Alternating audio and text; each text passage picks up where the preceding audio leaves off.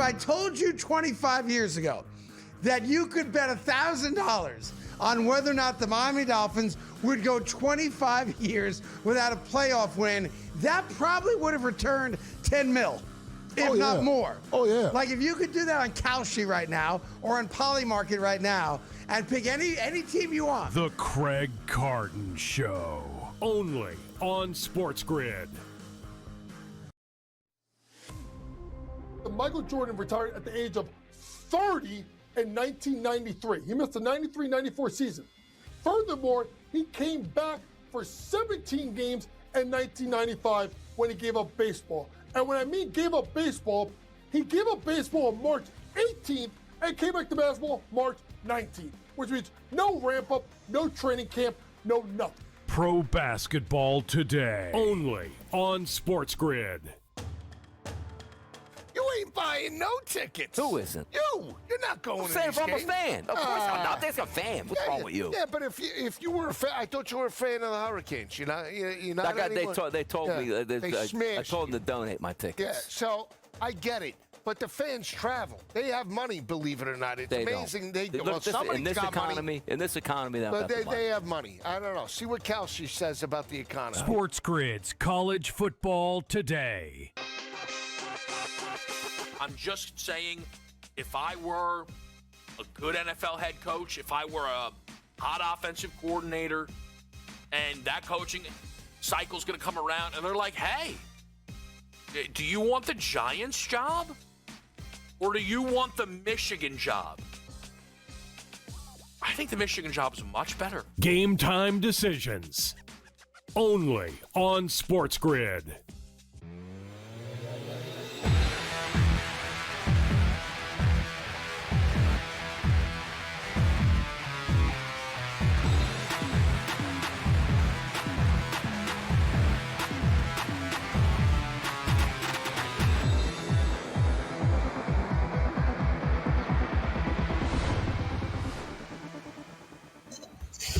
And welcome in. It is in-game live game day on a terrific Tuesday evening. Scott Wetzel and Gabriel Morency for the next 2 glorious hours, right up until 10 p.m. Eastern time. We got a little college football, a couple more bowl games to go over.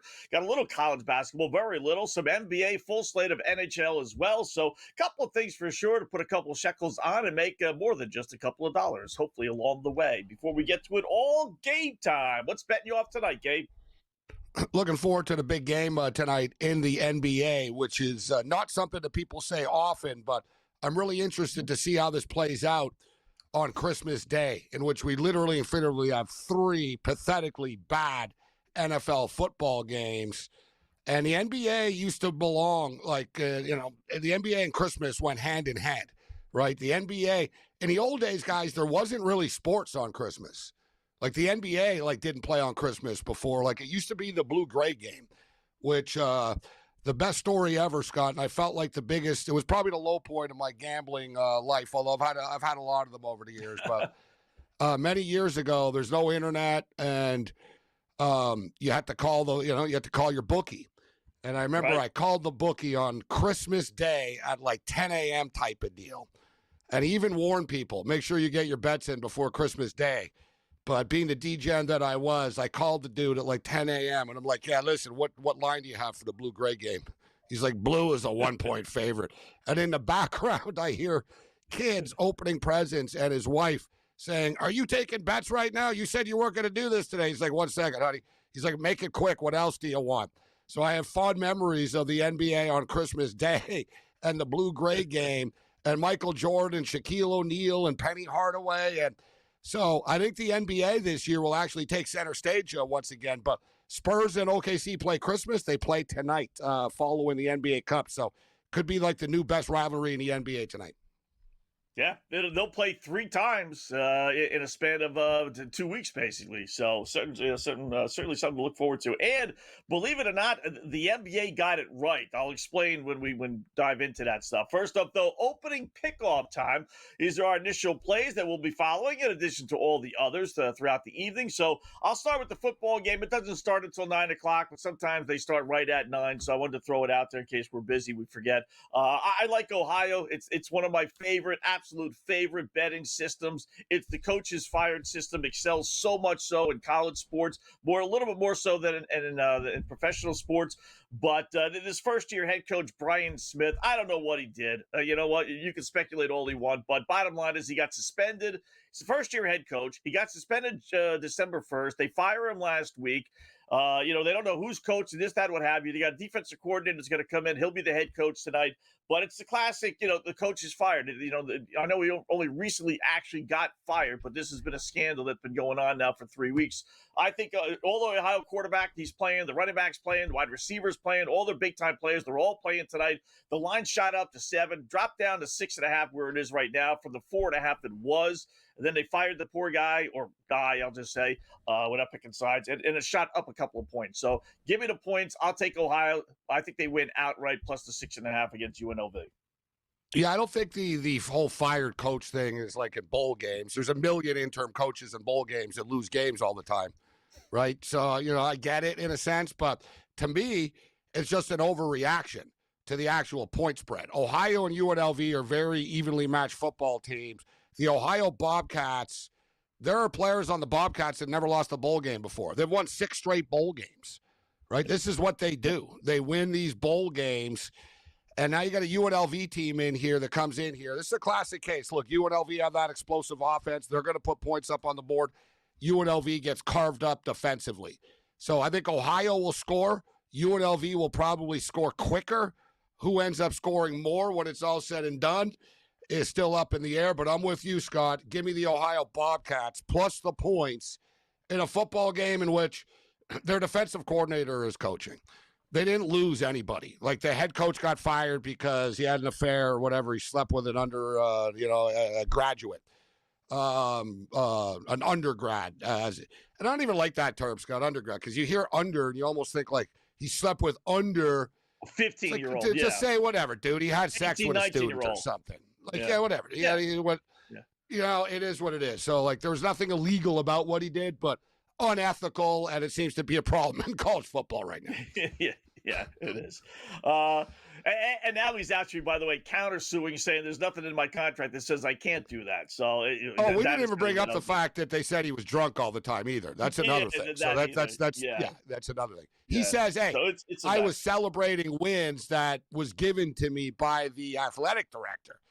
He said the athletic director gave me a bunch of bottles of booze to celebrate after wins with the coaching staff.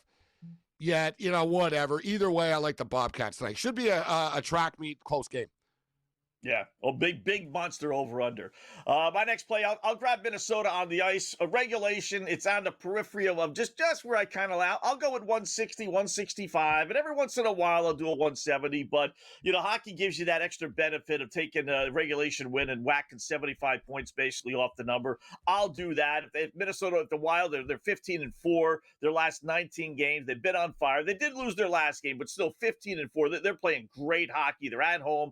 Nashville sucks. Give me Minnesota in regulation game. I got so fired up about the football game, I didn't even open up with my opening pick, which was the Minnesota Timberwolves. So, hey, listen, everybody's out for the Knicks tonight. Looks like the Knicks are looking forward to the Christmas Day game tonight. Anunoby out, Brunson out, McBride out. And don't look now, but the Minnesota Timberwolves are playing good basketball. They're starting to dial things up and get into a little bit of a rhythm. Seems like this is a rollover spot. The spread has gone up a little bit, but we'll lay the 7. When we sent it in, it was 6.5, 7. Keeps on climbing, but let's lay the points with the T-Wolves. And since I'm up against, I'll just throw it out there. Remember, Scott, last week I brought up Dante DiFincenzo and his rebound prop. And I said, don't look now, but this guy, look at all the rebounds he gets. He goes over 3.5 every game. It's been 10 straight now. It's been 10 straight. Wow. So 10 straight games of over 3.5 rebounds. They just made it 4.5 before tip-off at plus 120. He often gets to 6. He's also been on fire as far as his threes are concerned, too. So we're all in on Dante tonight, as crazy as it sounds. Nice. Over rebounds and over 3-point shots made for him. All right. My next one, I'll grab Denver, also NBA. Laying 6.5. It's on the road. It's a big number, really, to be laying on the road. But Denver's on fire. 7-1 their last 8. And here's the key: Cooper Flagg. He's been dealing with an ailing back. He did play last night. Only got, I think it was 12 or 14 points. He's been on fire. I got a feeling with an ailing back, he might not play tonight, or at least, he might not get the normal minutes. He clearly wasn't himself last night. So with that, yeah, you take Cooper Flagg off this Dallas team. That's a big loss for them. AD is playing, I'm sure. But give me Denver laying to 6.5 on the road at Dallas. All right, I'm going to go with the San Antonio Spurs tonight. Ooh. Listen, the Spurs beat Oklahoma City outright last week, a week and a half ago in the NBA Cup. And then, there was a letdown in the championship game. Wembanyama's grandmother died, and they didn't seem to have that same fire that they had a couple of days earlier. Well, Wembanyama seems to be getting over it. He's back in a groove right now. He's been lighting it up once again. And I think there's a lot of people thinking, wow, OKC, this is a revenge spot for them. They're playing on Christmas Day again, guys. So I almost see like the Spurs, if not winning, completely hanging around in this game, maybe beating them outright, Scott, and then the entire world is going to load up on Oklahoma City on Christmas Day in the double revenge spot for the Oklahoma City Thunder. Yeah. All right. I'm going to be on the other side. I'm going to go on OKC. Lay the 7.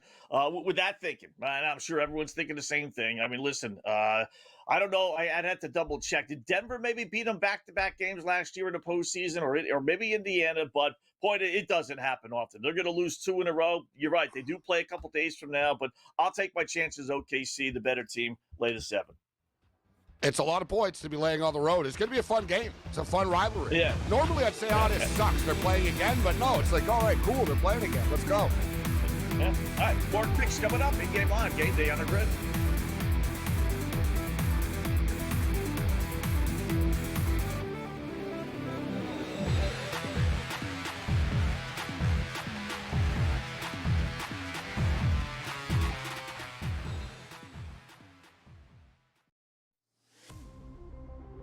When it comes to NAL, money does buy you talent, but it doesn't buy you chemistry, leadership, and wins. Look at St. John's, Kentucky, how they're battling. You need the right mix of experience, youth, and new blood if you're going to really tackle the transfer portal market in NIL and win consistently. College basketball today, only on SportsGrid. If I told you 25 years ago that you could bet $1,000 on whether or not the Miami Dolphins would go 25 years without a playoff win, that probably would have returned 10 mil, if not more. Oh, yeah. Like if you could do that on Kalshi right now or on Polymarket right now and pick any team you want. The Craig Carton Show, only on SportsGrid. Michael Jordan retired at the age of 30 in 1993. He missed the 93-94 season. Furthermore, he came back for 17 games in 1995 when he gave up baseball. And when I mean gave up baseball, he gave up baseball on March 18th and came back to basketball March 19th, which means no ramp up, no training camp, no nothing. Pro basketball today, only on SportsGrid. You ain't buying no tickets. Who isn't? You're not going I'm to saying these if I'm a games. fan. Of course I'm not. There's a fan. What's wrong with you? Yeah, but if you were a fan, I thought you were a fan of the Hurricanes. You're not That guy, anymore. they told me. I smashed told them you. to donate my tickets. Yeah, so I get it. But the fans travel. They have money, believe it or not. It's They amazing. don't. Well, Look, somebody's in this got economy, money. in this economy, they don't But have the money. they have money. I don't know. See what Kalshi says about the economy. SportsGrid's college football today.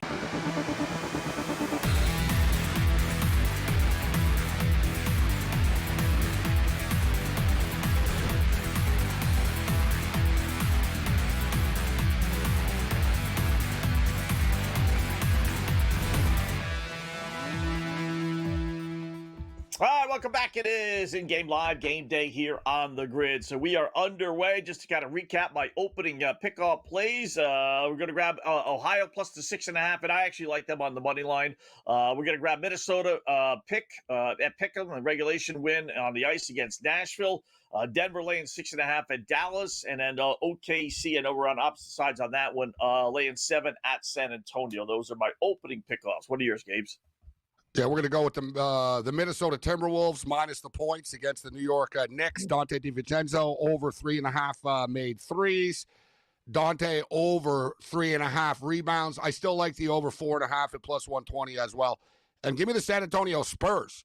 And I got more picks for that. That should be a proper palooza, that game, Scott. We'll get to it before tip-off there, but I'm going to dig into the Stephen Castle props, definitely. And sort of other guys that fly under the radar. Everyone's going to take a look at Wembanyama. Everyone's going to bet the SGA props in this game. But I like the under-the-radar sort of secondary players in the NBA player props. Yeah. And you know, the NBA needs a good rivalry, you know, Gabe. They really don't have any. I mean, when you're really like, I don't know if there's actually a matchup. If you're a casual NBA, no bias fan, right? Is there a game that you could say, all right, I would stop everything and watch that one? You know, I don't know. Believe it or not. I mean, Knicks and anybody know, Celtics and anybody know, Lakers. You know, we need an OKC. There San are city Antonio. We need some rivalries. kind of rivalry. You're Yes, right. There are local city ones. rivalries that are sort of created and forced upon us. Oh, the Knicks and the Celtics, etc. But you're right. There's no, like, all right, like which two teams, like just flat out don't like each other, right? Yeah. And, you know, like Phoenix and LA, but it's not you know what I mean? It's not, you know, the Houston Rockets get into it with teams. Like you said, like the rivalries sort of become the teams that play in the finals, right? Like the Golden State Warriors and the Cleveland Cavaliers were rivals per se. Like, but it's a good point by you. There's no real rivalry, right? Like growing in the old days, we had rivalries. It was like the Pistons, you know, it was like Lakers Celtics, obviously. Lakers Celtics, but you know, Pistons Bulls, Miami, right? Miami, Miami and the Knicks, brawls Bulls and and just anybody, pure hatred. You don't have it, right? I think we've lost a lot of sort of rivalries in sports for some parts. But yeah, good point as far as the NBA. You know, it's such a player-driven league. I don't think the players feel it in the same way, right? They're not on the teams long enough, right? Like the Knicks were the Knicks. Patrick Ewing was the Knicks. Like he was on the Knicks, and that's his life, and he's a Knick. You know, like nowadays, dude, like the guys, you know, Kevin Durant, like how many teams he's been on? Right? Is he going to fight you? Like I say the same thing about transfer, NIL stuff in college. Like they don't care about the program suddenly anymore. It used to be like, yeah, we care about the program, we care about the team and all this. Like, so sort of like you were talking about Ohio, coaches leaving, like people like Michigan. You think the kids care? Like the modern kid, they're like, so what? Like, you know what I mean? Like it doesn't mean anything to them. Like nothing means anything to anybody anymore. Like they shake this stuff off so incredibly quickly. But good point as far as the rivalries. And, you know, we'll see. Like, the NFL, you know, I'm curious, Scott. The NFL always wins no matter what in the ratings, right? They do. Like, the freaking Hall of Fame game gets like 9 million viewers. So, but with that being stated, you've got the San Antonio Spurs playing against the Thunder. You're going to have the Knicks playing the Cavs in the early game. Like, the NBA does have some good matchups throughout the day of high-profile players and big-time teams, etc. So I think the NBA's ratings are going to be very good, actually. Like, better than they would be if, like, these NFL games mattered, and they don't. Yeah. I got to, you know, I don't say this too often because I'm not an Adam Silver fan. I think he's the worst commissioner in the history of sports. But they actually, you know, if That's extreme. I agree with a lot of things with you about Silver. I've always said it. I dubbed him the substitute teacher years ago. Oh, he's awful. Like, you know what I mean? He's like the stepdad. Like David Stern was the mean dad, and he's like, yeah, Stern's not here anymore. Stepdad, like mom remarried, and this guy's a pushover. He's a substitute teacher. Like if you know what I mean? Like, you know, if like you were pissed, you know, like you'd be thinking like, yeah, I can't take my dad's car keys. Like he'd just freak out and kill me. Like Adam Silver would be like, hey, what's he going to do? Whatever. You know what I mean? Like, whatever. Like the players aren't scared of him. Like nobody, like the owners aren't scared of him. Like, look at the Clipper deal. They blatantly paid Kawhi Leonard out of the table. So what? What's he going to do about it? Nothing. That got brushed to the side. That came up, you know, they talked about it for a day and then it just got brushed to the side, right? So, but and you know, every other owner didn't complain because they'd all do it too. Yeah, so that's just exposed. And it was like, whatever. Like, I remember Mark Cuban said, guys, this really isn't a big deal. And I was like, yeah, how many shady deals have you done with players over the years? Yeah. But if I gave you a list and told you, okay, I got 5 games, give me the top 10 NBA marketable teams entering this season. And Gabe, I think they hit a home run. I mean, normally you would say Boston, but Yeah, we went unlike the after Jason NFL Tatum. that screws us all the time. And it's like, how the hell do you think the New York Jets were going to be? Like, you're right. They didn't say, you know what, let's put the Brooklyn Nets on. Right. Yeah. There's no Portland Trailblazers, Orlando Magic, even though the Magic are a good team. But you got the Denver, Minnesota. I mean, 1 through 10. This would really, maybe Philadelphia with Embiid. But, the Knicks market, Cleveland is good last year. Spurs and Thunder, Dallas with Cooper Flag, you want to have him, to market him. Warriors, with Steph, no matter what their record is. The Rockets and Lakers with LeBron. And then, Minnesota and Denver with AE. Hopefully he plays. So they got they're good 10. games. They really did. T-Wolves have been balling. Nugget games are always close. That'll be a good game at nighttime. And I'll say it right now because it's going to come up, so I guess I'll be the first one to bring it up, but this could be LeBron's last Christmas Day game. Yeah. Is he going to play next year? I think you and I agree in the sense that LeBron's not the type of guy, oh, damn, Western Kentucky, we're moving the football in the red zone, and it's intercepted. Again? And wow. Not only is it intercepted, he stepped out of bounds. I was going to say it's a pick 6. He was going all the way down the field. I think he stepped out. There's a flag on the play now, too. So, I don't know. A lot of chaos here. But, again, Scott, they're on, like, the 20-yard line, and they got picked off. Son of a. But I was going to say, LeBron's not the type of guy to retire overnight, Scott. He wants the retirement tour and everyone to, bow down to him, right? Oh, yeah. That is one guy that's going to have that retirement tour. No 2 ways about it.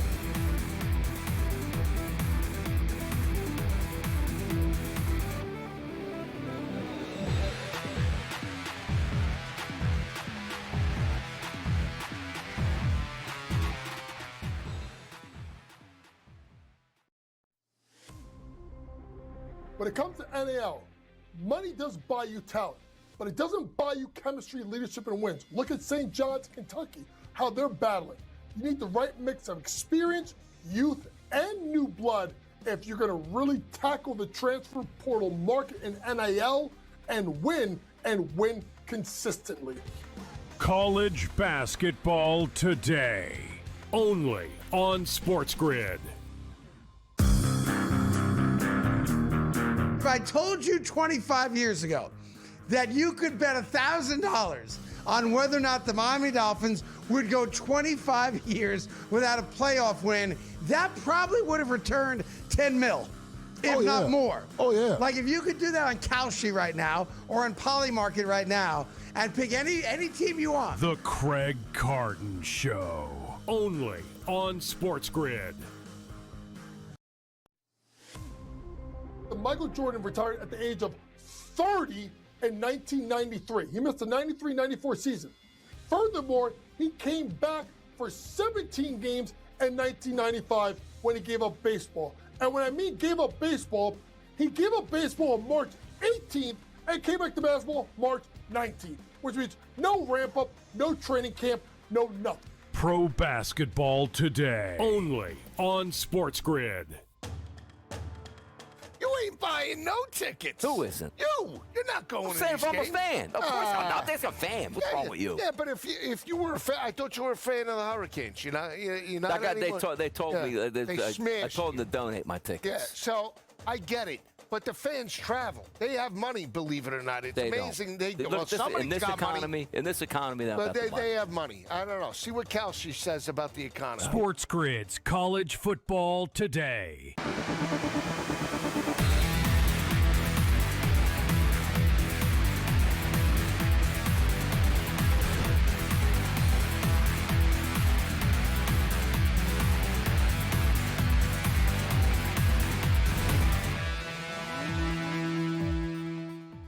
All right, welcome back to Game Live. Game Day here on the grid. Scott and Gabe, hour number 1. So we do got a couple of college football games. We had one this afternoon. This one I didn't really have a great feel for, Gabe. I just for blanks and giggles, I put in Southern Miss and an over parlay, but nothing crazy. We played every bowl, I have Scott. feel for the late one. Yeah, they're tough games. They're all tough, but I'm 10-5. But the problem is now my units are getting bigger because I'm 10-5 and I keep winning, and then they're all stress jobs. So like I'm really stressed about this one now. I was on today, dude. I was on Toledo plus the points today, and Me too. And Me too. that was a bold pick, Scott. Good call. The fact that I was like in Louisville at 6, and it got up to 12 this morning.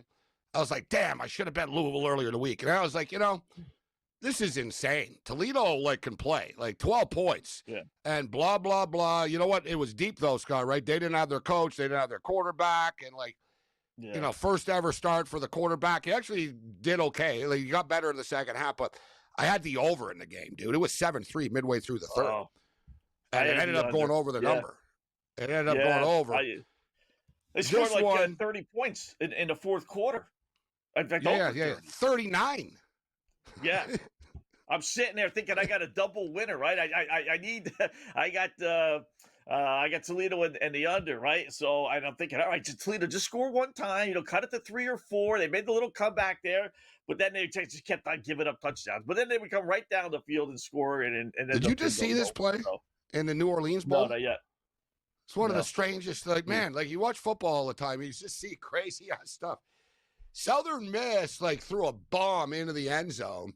Oh, the ref got knocked over. Yeah, it was pass interference. The guy knocked everyone over.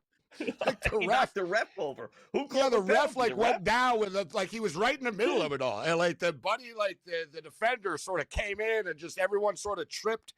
The defender's like, "Hey, listen, I just got tripped up." Here it is again. Look, they're showing it again. All right, here's the ref in the middle. The ref couldn't get out of the way in time. Ref gets smoked in the play, and then they get angry. He throws a flag, Scott. It's I've never seen a pass interference on the ref before. Yeah. Because I'm like, dude, it looked like it was one of those, their feet just got caught up, and everyone just sort of took a bowling ball, everyone collided type thing, and the ref went down, and the flag comes. It was whoa, that was a weird play. Even the both coaches called the ref over after it. What just happened here? What's going on? What are you calling on this? The poor ref, a lot of that. He gets thrown. I don't know. Did the ref? How are you supposed to call PI when you're the one that got smoked? Yeah, you're the one that got ran into. You're standing there. No. He's got to call the play, and then boom, he gets leveled and taken down. Tough guy. He wasn't hurt. Oh, here's a trickery play. They want to throw it. How about this, Scott? 13-13. They got 1st and 10. Southern Miss. They're on the 20-yard line. They bust out the old bowl playbook. All right. Oh, yeah. Let's have the running back throw a pass. He just lost 15 yards. He went backwards. There was nowhere to throw it. All these offensive coordinators, they all are head coaches. They all got to show the world how they worked on that all week, Scott. You know how frustrated the kids are right now. The running back. They got to motivate the kids too, right? You got to get tell kids, come on, we'll do some goofy plays. I'm all for it. I'm all for it. I don't think I would punt in a bowl game, Scott. Yeah. Seriously, the Toledo game. I don't know if you saw the end of the Toledo game. I'm sure you did, where they had this brawl right late in the game. Whether the quarterback or running back gets thrown way out of bounds, 6-7 yards. Yeah, it was nearly near the wall. Actually, it was nearly in the stands. Buddy rode him right, and then he slammed him down too. It wasn't he went all the way, and he threw him into a bunch of TV monitors and cables, basically. It was that far back. Yeah. It was a bad spot to do it, though, because it was Louisville's bench, and then they started pummeling the kid. He was the only one that didn't get a flag, Scott. Is that what you're going to say out of that? Because I thought that was hilarious. Yeah, exactly. That's where I was going. He came out of it smiling, and he was like, The announcers even said, hey, number 38's the one that started it all, and he didn't even get a flag. And they go to the dopey TV referee, and he's like, well, I understand. That guy was bad today. He was bad today. Kiss ass. Yeah, come on. He goes, well, what do you want? You got to kiss their ass. I was amazed, actually, that a ref guy was so – he goes, well, what do you want? He goes, it's kind of hard for him to let up. I'm like, hard for him to let up? Yeah. The guy, body slammed him into the bench, essentially. He knew exactly what he was doing. Said that. The other announcer was like, yeah, well, that's what he's supposed to do. Yeah, let up, he can't let up. Yeah, I can't let up. Yeah. What an excuse. I can't let up. I'm sorry. I couldn't believe the rules analyst said that. Matt Austin. Yeah. Well, it's hard to let up. We're all throwing punches, and yet no one got kicked out. Unbelievable.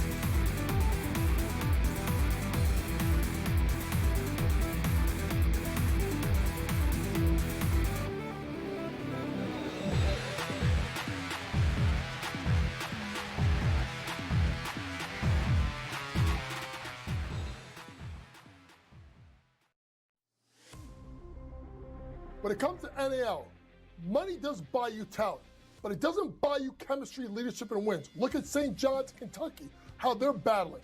You need the right mix of experience, youth, and new blood if you're going to really tackle the transfer portal market in NIL and win consistently. College basketball today, only on SportsGrid.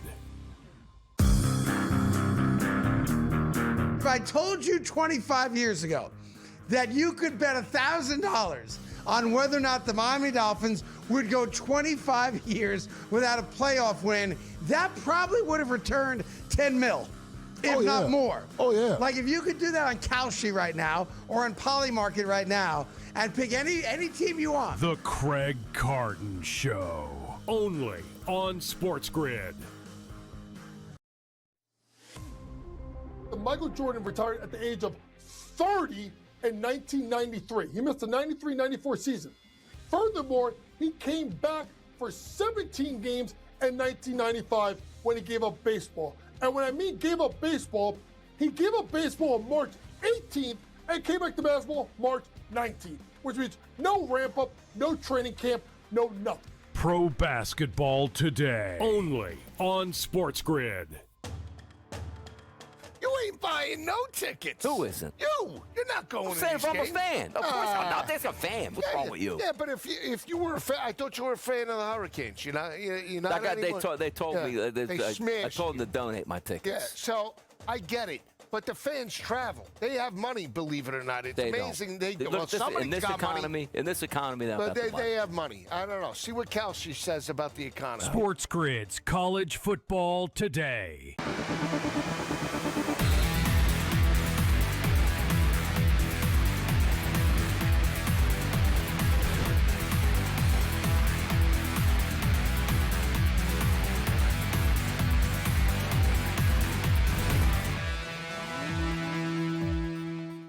All right, welcome back in Game Live, Game Day here on the grid. Handing out compliments today. Hey, we got to take our blood pressure here because I'm going to compliment the NHL as well tonight, Gabe. You compliment the NBA because the 10 teams that they have playing are the 10 marquee teams in the NBA, at least this season.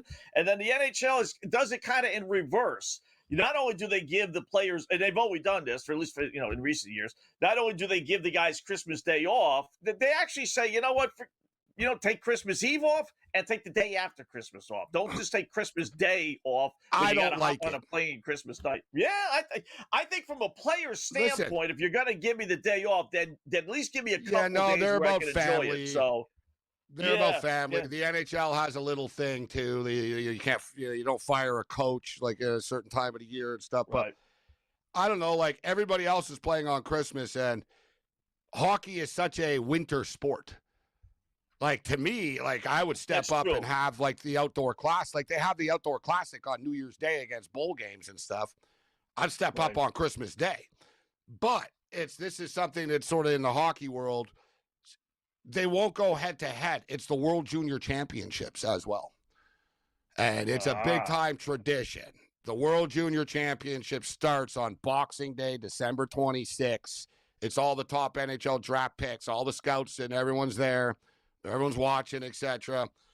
They sort of take center stage, right? And the hockey world shuts down on Christmas because even I always thought the World Junior should play on Christmas as well, but they don't. And I don't know, man, it's ridiculous, bro. You know where the outdoor classic is this year, Scott? It's next week. You know where it is? Tampa, right? Or somewhere. It's in Florida. Tampa, they're building in a baseball stadium in Florida. It looks ridiculous. How are they going to do that? That's what I'm saying. They're crying about it's a foot and a half shorter at each end. Whatever, dude. We're playing on fake ice in a baseball stadium in Miami, Florida. So don't complain to me about a foot and a half. Yeah.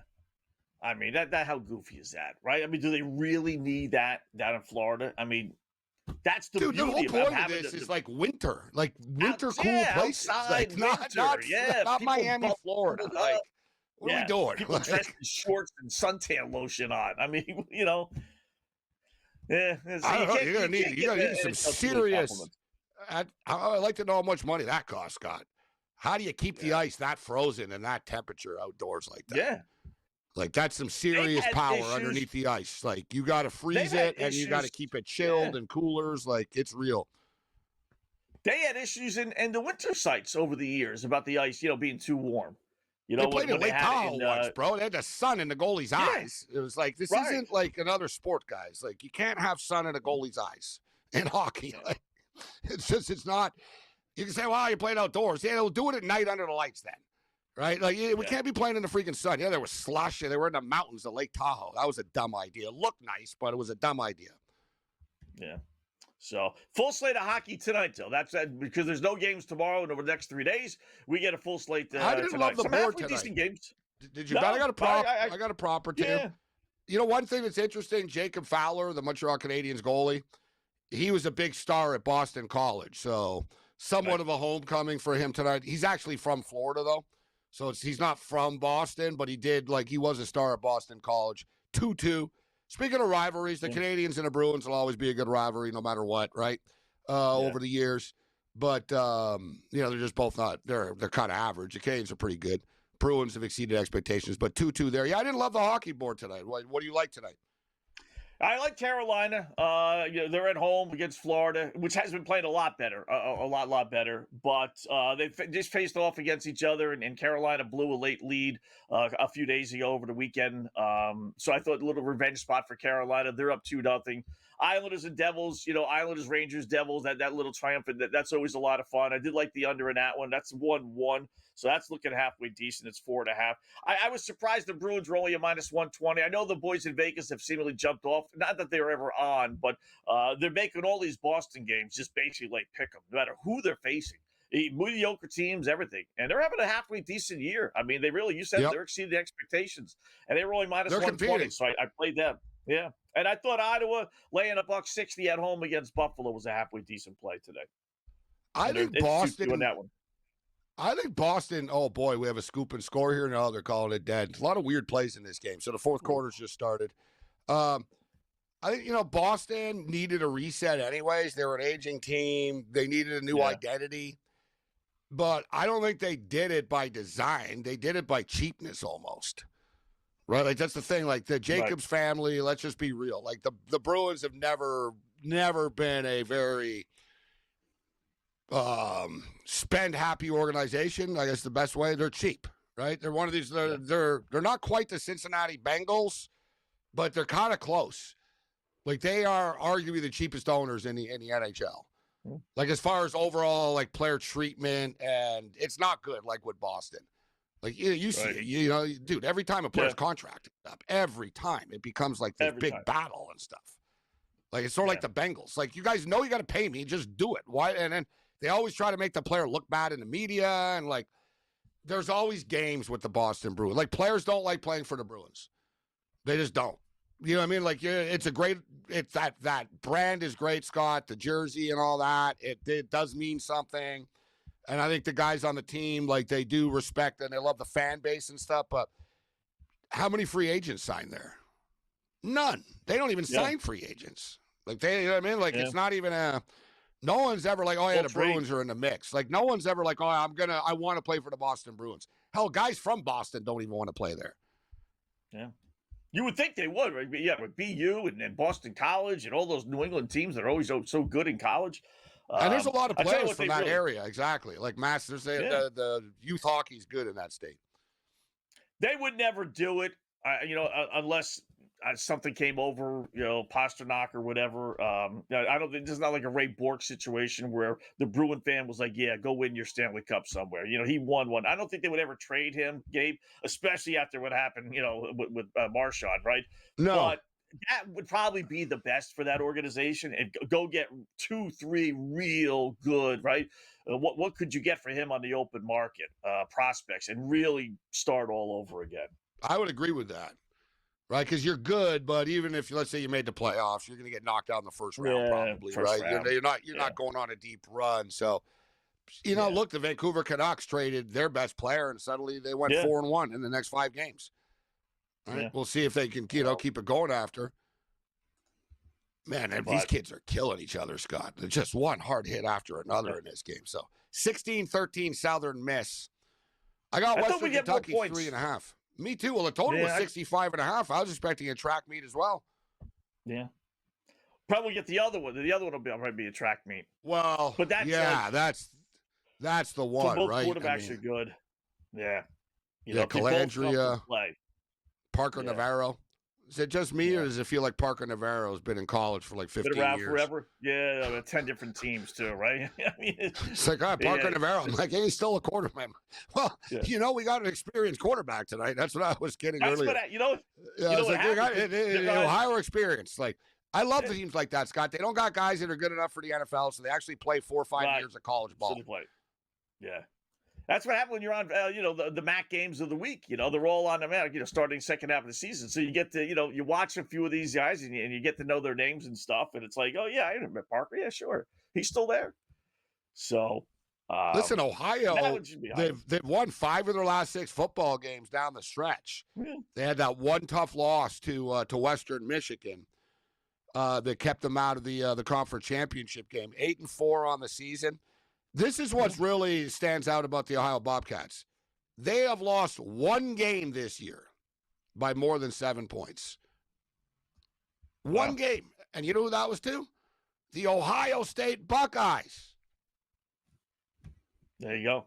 And even that one, if memory serves me right, earlier in the year was a close game at halftime, and then they just, kind of pulled away second half Ohio State. Yeah, they only lost 37-9, which is actually not bad. Like, you know what I mean? Not bad. Yeah. They were 28-point underdogs. Season high.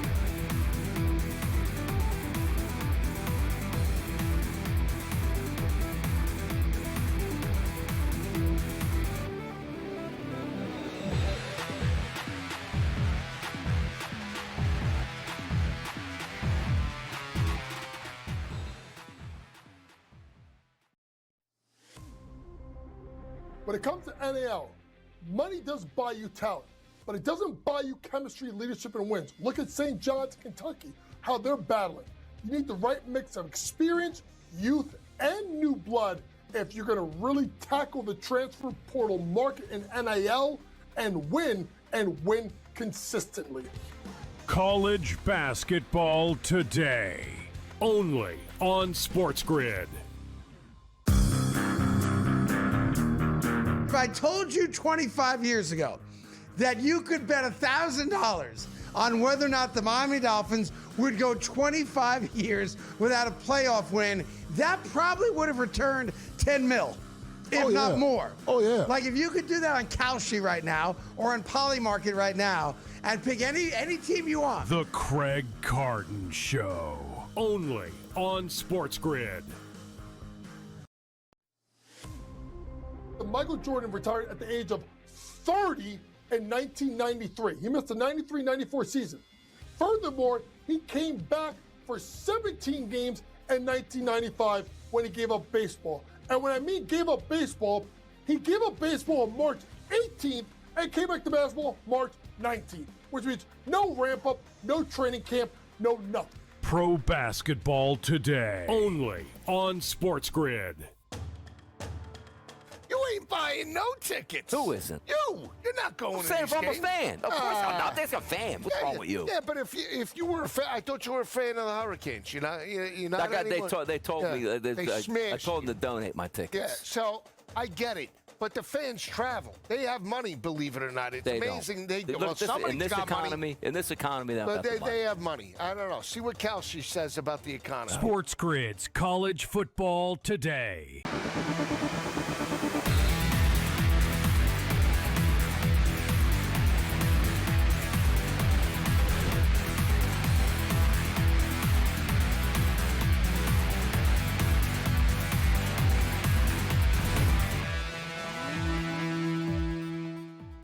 All right, welcome back in Game Live. Game Day here on the grid. Hour number 1. Scott and Gabe. We got George Kurtz coming up in about 50 minutes or so. We'll do a little NFL, a little hockey with him for sure. In the meantime, to the board we go. Little NBA. I had to take a peek at the NBA. I did play the under in the Nets game today. They've been on a monster under run. Of course, it's got a high-scoring game today. 70-63 over Philadelphia midway through the third period, third quarter anyway. What's happened to Miami, Gabe? Oh. They used to be the up Raptors and down up 51-44. Raptors beat them last week, Scott, too. I think this is, you know what? Raptors like always lose to the Celtics. You know, Celtics beat them the other day. They lost to the Nets. That was just sort of a throwaway game. They have whatever. The Raptors like beat Miami last week as 5.5-point underdogs. I thought it was interesting actually. That I was like, all right, they're doing it again. Oh, I'm going to take them again then. It's like, all right, you're going to give me the Raptors again. I like the under of this game too. It's 228. It's actually at 211.5 right now. But how about the Bulls and Hawks who got to 302 on Sunday? Wow. They're playing again tonight. It closed at 254.5. It's at 253.5 right now at the half. So it's not the track meet that it was the last game, but it's still pretty high scoring. 68-55 at the half for the Hawks. Yeah. I can't remember. I'm sure there has been, but I really don't remember a game that opened up 254.5 or so. You know, in game. I bet the over. I bet the over. I got 253.5. Yeah. I couldn't do it. I you know what? I just said I won with it on Sunday, so I went back with it today. But what's happened with Miami in that they used to be run and gun. They used to lead the NBA in points per second and everything else and shots and this and that. And now it's nothing but now they've been losing. They've lost what? 1, 2, 3, 4, 5, 6, 7 of their last 8. Maybe I don't know if these guys are just tired. They don't want to deal with it anymore. They've been on a slide. Their games are not as crazy as they once were, including tonight. I saw a great post last night or a couple of days ago after Bam Adebayo had a bad game. Someone said he's got to get shooting lessons from his girlfriend, Asia Wilson.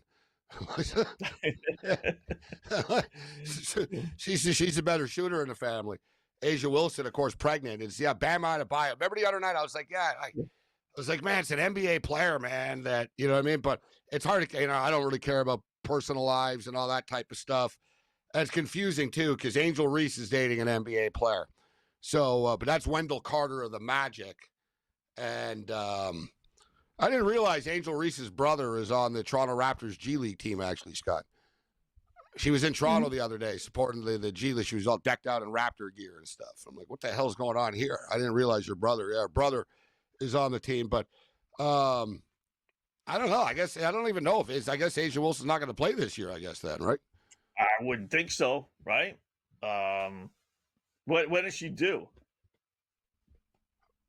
I don't know. Sometime in March. You figure that they would, being professionals, that they would time it right properly. You know what I'm saying? Like, shouldn't she, like, if you timed it properly, you have the baby now, like in the off season type of thing.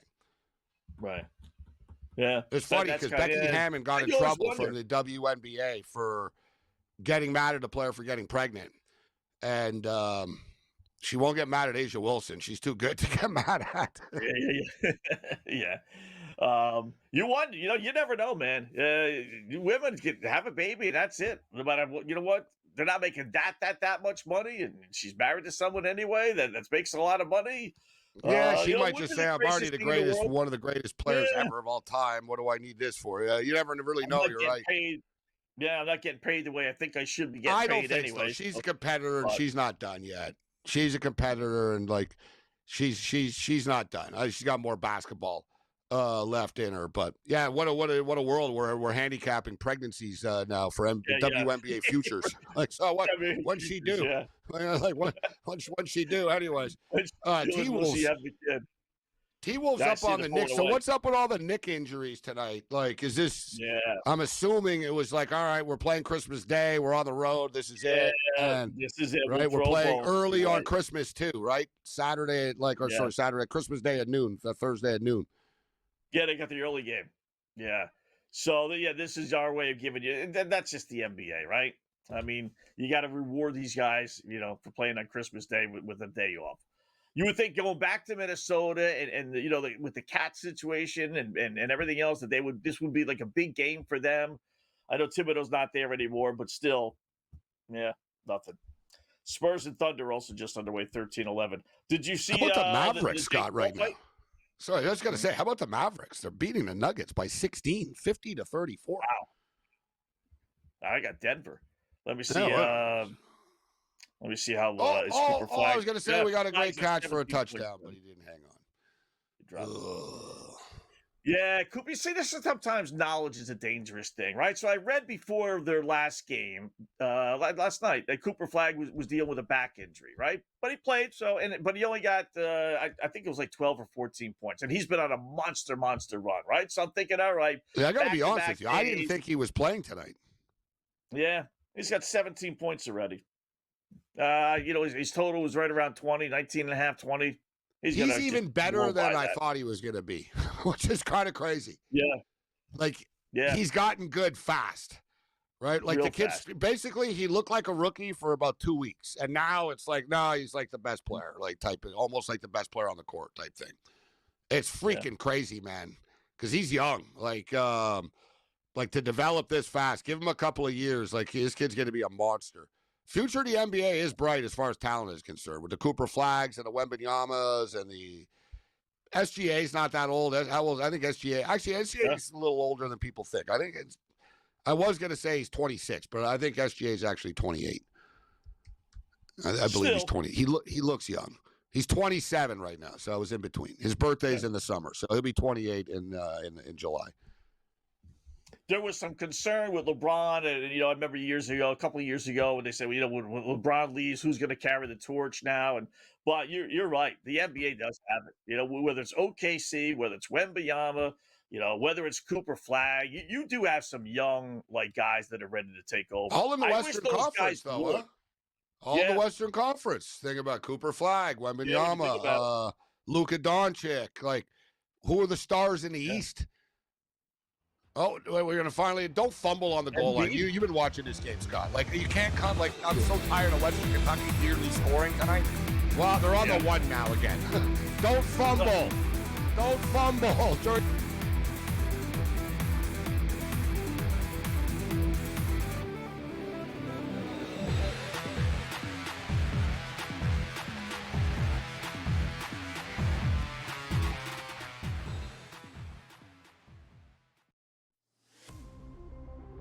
When it comes to NAL, money does buy you talent, but it doesn't buy you chemistry, leadership, and wins. Look at St. John's, Kentucky, how they're battling.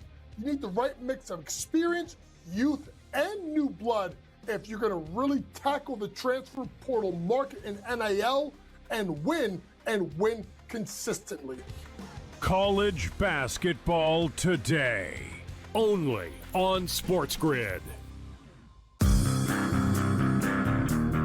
If I told you 25 years ago that you could bet $1,000 on whether or not the Miami Dolphins would go 25 years without a playoff win, that probably would have returned 10 mil, if not more. Oh, yeah. Like, if you could do that on Kalshi right now or on Polymarket right now and pick any team you want. The Craig Carton Show, only on SportsGrid.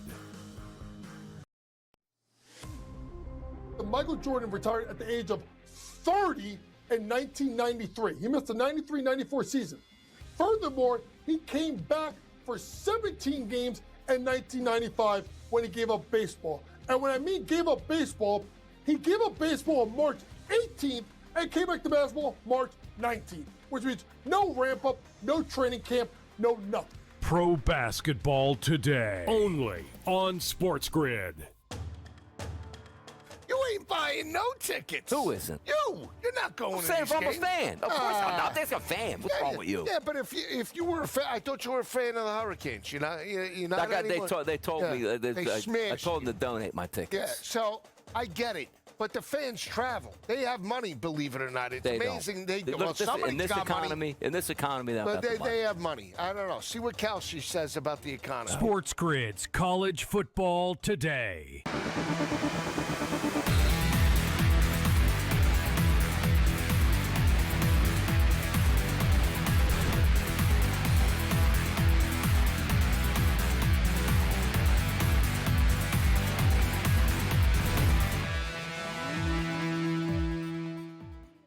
All right, welcome back in Game Live, Game Day here on the grid. Scott and Gabe closing out hour number one. We got the full hour to go, so don't go anywhere. Oh, they didn't score yet? Dude, now there's penalties and stuff. They tried to push. It didn't work. Now there's penalties. It's like, dude, All right, it's offside on the defense now. So now you're going to get more plays here, guys. There's another automatic first down for you. Like, for the love of God, this team. Like, man, like, you saw it before. Second half starts. Like, beautiful play over the middle. Kid's running in for the end zone. He gets, ball gets punched out on the one because the kid's an idiot. He keeps looking backwards. Just hang on to the ball and look forward and run. I think he actually just dropped the ball. I actually think he dropped the ball. Like, I didn't see. I saw one replay of it, but he's you're right. He's running down, and he's got two guys trapped. Trying to attack him. Tackle but he him. kept turning his head. And he just kind of moved the ball because he moved the ball to his left. He turned his head to his left. I don't even think they punched it out. I just think the kid dropped it at the 3-yard line as he's about to score. Touchdown, Hilltoppers. All right. So I got Western Kentucky plus 3.5, but I got 2 overs. So I'm going to be 1 and 2 here. I got over 44.5. I'm getting frustrated. That's why this game's frustrated me. There's been so many near scores and this and that. So we're going to be at 36 with the extra point here. I don't know. The Toledo game got crazy in the last couple of minutes, so you never know, right? Yeah. I'll take a flyer on the over 43.5 right now. FanDuel's giving me what it is right now? Yeah. 43.5? Yeah. So they're saying one more touchdown. Yeah. Yeah. Well, look, this could play out potentially. We could get overtime here, maybe. Yeah, like it could look 23. Yeah, exactly, right? Let's say Southern Miss scores a touchdown, guys, and takes a 23-20 lead. Which they're down 4, so they have to, right? They're not kicking any field goals. You could have 4 or 5 minutes left, and then, they can get down the field for a field goal potentially. Or you never know. It could be a pick six, scoop and score, maybe a return. Like I said, like these games do start to pick up. That's why I bet the in-game earlier. I was like, there's no way in hell this game is finishing 10-7 or something, right? Like, it's good. There's going to be some touchdowns. And I like the fact that McIver came in, Scott. Maverick McIver. Yeah. He was like a big time transfer and stuff. And where did he play? It was Abilene Christian. Was it Sam Houston or Abilene Christian? No, I think it was Abilene Christian. And he racked up one of those schools. He racked up 5,000 yards type thing. And they're all stoked. Oh, Western Kentucky's offense going to be potent with this kid. First game, looked the part, threw a bunch of touchdowns. Yeah, I remember that. Yeah. Remember, I was like, oh yeah, they got this stud quarterback now, and McIver, and and then he started to struggle. He got hurt. And then they were basically like, yeah, you know what? We're going to play this other guy now. So he came in today, and he's fired up right now. Like, he wants to end his career with a bang. And you saw, Scott, right away, bro. Precise passes. Boom, boom, boom. Yeah. If that kid doesn't drop the ball, this game's over at 43.5 right now. Like, that just screwed everything because it was 2 minutes into the first half, too. Yeah. That maybe would have gotten the pendulum there rolling back and forth. So I still think we got a shot. I think it's 23 all. I could see that happening. I don't know what they were offering for an overtime. I'm guessing about 6 or 7 to 1. If we got kickoff coming up. They don't wait, actually, huh? Yeah. They won't wait. They're going to kick off earlier today. And in fact, that's why I got a better number. And actually, I fell ass backwards into it, Scott. Right. They weren't 3.5, but I got the in-game number a minute into the game at 3.5 because I was like, nah, they'll wait 2 minutes. They're not just going to kick off without us. And no, they did. They did, yeah. They'll start this one. They're going to kick off this game. This game has a lot of time left. They're not waiting. They're going to kick off that game. Yeah, they didn't wait for the other one, which only had about a minute or so left, albeit there was no chaos. It's got 7 minutes left. Yeah, this has got 7.5. Yeah. It's at 9 o'clock. Boom, they kick off. Yeah, so that over-under dropped a little bit. Yeah, it's 64.5 on FanDuel. It was 66.5. I saw it as high as. So it's come down a little bit here. Still a lot of points, but we haven't had that real great, 45-40, 1990s bowl game score yet. A lot of these bowl games have kind of come back to the pack here a little bit. This is college football in general has come back to the pack. These teams aren't bad. Their records. We got a bunch of 8-win teams, but we really haven't had great teams. There's been some fun games, though. I think ranking the bowl season as a whole, Scott, there really haven't been too many duds compared to past years. Normally, bowl games are blowouts, actually. There's actually been close games. That's the one thing, a theme, actually. Normally, these early bowl games are very one-sided. They've been very close, actually. I like to go over the I'm going to take a look, Scott. Let's look at the numbers. Yeah. Underdogs have cashed a lot of bowl games so far. Yes, they have. I got the numbers, believe it or not. Now, you can make the case the college football playoff games have been the duds. The bowl games Oh, those been are okay. the crap ones. Yeah, those are the blowouts.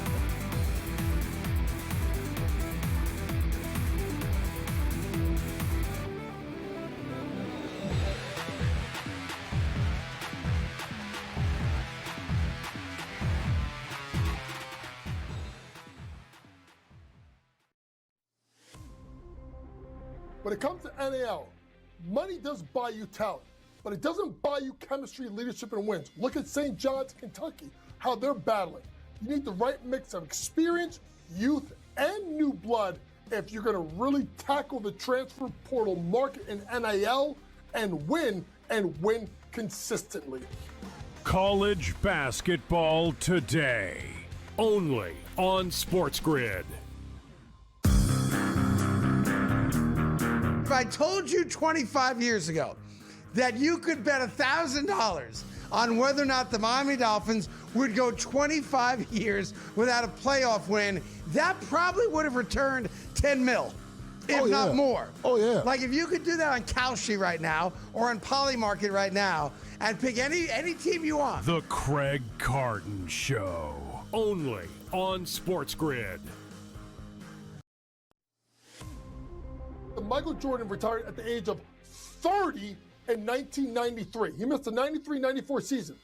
Furthermore, he came back for 17 games in 1995 when he gave up baseball. And when I mean gave up baseball, he gave up baseball on March 18th and came back to basketball March 19th, which means no ramp up, no training camp, no nothing. Pro basketball today, only on SportsGrid.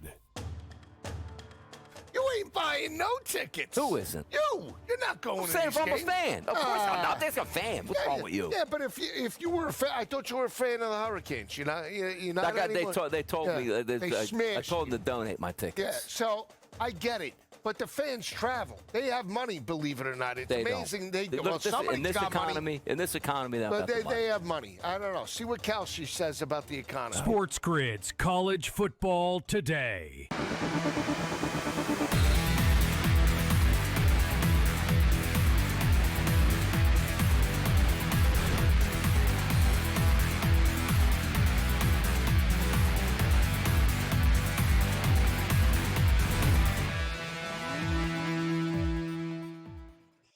Wow, Carnage continues here with this college football game. Western Kentucky and Southern Miss. Southern Miss running back got leveled. He's on his knee, but he doesn't look good. All right, welcome back. In-game live game day here on the grid. Hour number 2. We got George Kurtz, Sports Grid host, coming up in about a half hour. Do a little NFL, a little NHL with him. But we start off hour number 2 with our late night pickoff. Our better plays for the games that are going to start here in a little bit. Gabe, I'll go first. You know I like Ohio. You like Ohio too. So hockey, I'm going to go I'll start with Colorado, laying a goal and a half against Utah. Listen, they've been on fire. I jumped on this bandwagon late, but I have had them a couple of times. They're 19-3 their last 22 games. 13 of the 19 wins have come by 2 goals or more, which is not an overwhelming number. You got 6 one-goal wins, but I'll take it at home. They're 8-4 against Utah, which, again, is not overwhelming, but the Avs are just playing great. So give me Colorado laying the 1.5 goals. All right, I'm going to start off with a football game right now. The Ohio Bobcats, UNLV Running Rebels. I'll quickly say I'm somewhat surprised, actually, that teams didn't go after Dan Mullen. Right, Dan Mullen has coached at Mississippi State. He coached Dak Prescott. He coached the Florida Gators. He was on TV for years, and people really didn't ever bring up his name. He pops up in Las Vegas and wins 10 football games in a regular season. Right, pretty impressive. This is UNLV don't win like double-digit games. I really didn't think they'd be able to keep it going after Odom left, even with Mullen. I thought, Mullen's just sort of for show. Well, they're winning. I'm surprised, but with that being stated, it doesn't mean I want to lay 6.5, 7 points. The Ohio Bobcats, guys, some trends are meaningless, and they're 28-4 in bowl games all the time. Yeah, whatever. It doesn't matter what happened in 1968. But as I said off top of the program, there are kids on the Bobcats never lost a bowl game before. They've won 6 straight bowl games, guys. It's their thing, and they're prideful about it. They're not going to win a national championship. When you go to their campus, like, they put up the bowl trophies, you know what I'm saying? And MAC trophies. Like, this is big for them. They like winning bowl games, and because the head coach that was there for 1 year that they barely know isn't coaching in the game, isn't going to affect them. I think this game comes down to the wire. Give me the points with the Ohio Bobcats. All right. I'll switch over to hockey. This is a value play, which I hate, but you know what? In hockey, that's how you have to do it. In these, NBA hockey, when you play so many games, baseball even as well. I'll take San Jose. You want to give me $1.70 on the road against Las Vegas, which is not playing great hockey. Since late November, they've been a 500 club. They've lost 3 in a row, 4 of their last 5. And I'm getting $1.70 with a team that's playing really well, and it still has not garnered the respect with the boys in Vegas. So they have lost 2 in a row. I'll grant you that, but you know what? Though we're both at home, and sometimes you get away from home. That's snaps out of a little funk that you might be in. So give me San Jose plus the 170 at Vegas tonight. I'm going to go with the over tonight in the football game. What's interesting, though, about this is, like, you think of UNLV as some sort of automatic over team. They're actually 7-6 to the under this year. Ohio are 6-6. Ohio really don't have an explosive offense. Ohio run the football a lot, but they run the ball well. And UNLV give up like 175 yards a game on the ground. So I would expect big chunks on the ground for Ohio. And UNLV's offense is potent. They score quickly. Right? Like, they don't run like they're not a quick pace team. I was looking at their tempo and pace, and I was surprised that it wasn't faster, but they're efficient. Scott, they scored 94% of the time in the red zone. Like, UNLV's offense is prolific. And you got to believe if there's a coach, Scott, that's going to bust into the bowl playbook, it's Dan Mullen. I'm expecting UNLV is going to have a couple of tricks up their sleeve tonight. They're going to have some fun. Run and gun game. To me, it's whether Ohio can sort of keep up, but I think they can. So let's go over the number over to 64.5. All right. I'll use an NBA here. Again, it's the number more than anything else, and that's 218.5 for an NBA game these days is as good as you're going to get. Over 218.5, Houston at the LA Clippers. They just played a week and a half ago. It was 115, 113. That's 228, so I'm getting a 10-point discount on that from what they were playing. Clippers are a good under team, but they stink. And Houston is a very good team. So I'm expecting a little bit of a blowout here, a little separation anyway. So 218.5, I'll take my chances we get there, Houston and the Clippers tonight. I'm going to go with an over as well in the NBA here, guys. Memphis and Utah, right? Utah Jazz, people don't talk about them, but, man, they play crazy basketball games. They play crazy tempo, 18-10 to the over on the season. You look at their current form in their games, 135, 132, 128, 127, 143, 145, 140, 133, 130, 126. You get a pattern here with Utah Jazz games. And Memphis aren't like quite all that out, but they're capable of playing in a track meet. And these two teams played last week. They played on December the 12th. They got to 256 points, 130 to 126. I'm going over. I think 242 is almost light for this, Scott. Give me the over 242.5, Memphis, Utah. All right. Hit a nice college basketball under. Boy, I got to check this score out because Villanova beat Seton Hall, right? Seton Hall is one of my always under teams, 64-56, so it went way under the number. But I'm telling you, they only needed like 25 points over the last 11 minutes. The scoring must have just hit a wall. With 12 and a half minutes left, it was 47-33. So that's 80 points. So they scored 80, 100. They scored 40 points in the last 13 minutes. It's not too crazy, but that's pretty low. 11 and a half minutes left. They had 85. 11 minutes left. They had almost 90 points. Yeah, they didn't score anything in the final 10 minutes. Of a close game, we usually get some fouling. So not bad. I'll take that. Villanova wins 64-56. Seton Hall's not that well. The Seton Hall actually is I left that on the table.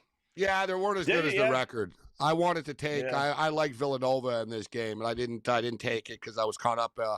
I got caught up in these football games because I bet bigger units on them. Like football just has that allure for whatever reason, right? So my last pick will be Ilya Mikheyev. Ilya Mikheyev of the Chicago Blackhawks. Yeah, you know what? This is interesting, Scott. If you'll notice, everybody, the top guys on the Blackhawks are struggling now suddenly, right? Bertuzzi used to have shots on goal every game, and Nazer and everybody, like, they're not because Bedard's not there. Bedard creates offense for everybody else. So you know who's not affected by it? Guys that aren't on the top line with Bedard. Like, you know what I'm saying? Right. They're not, well, I don't play with him anyway, so I'm grinding away. So, and this is one of these deals with Mikheyev here. It's like, what is it, like 9-1 in the last 10 games type of deal, over 1.5?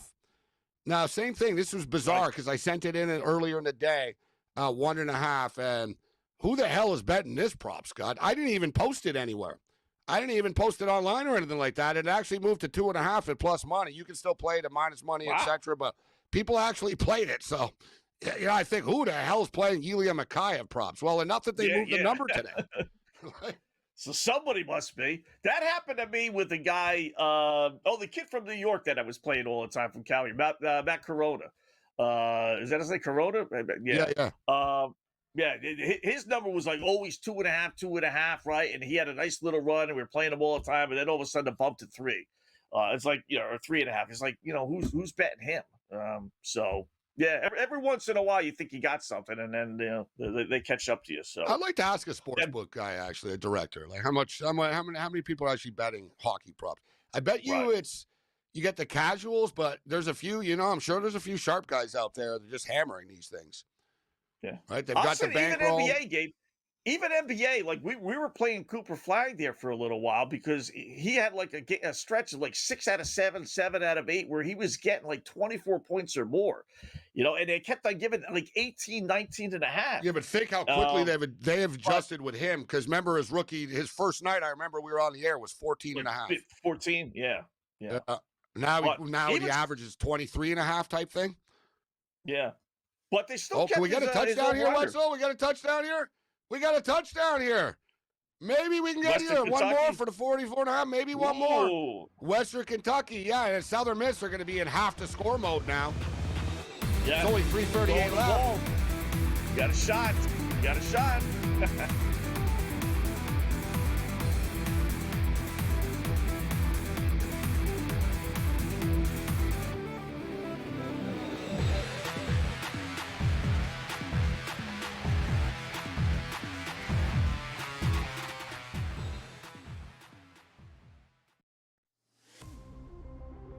When it comes to NAL, money does buy you talent, but it doesn't buy you chemistry, leadership, and wins. Look at St. John's, Kentucky, how they're battling.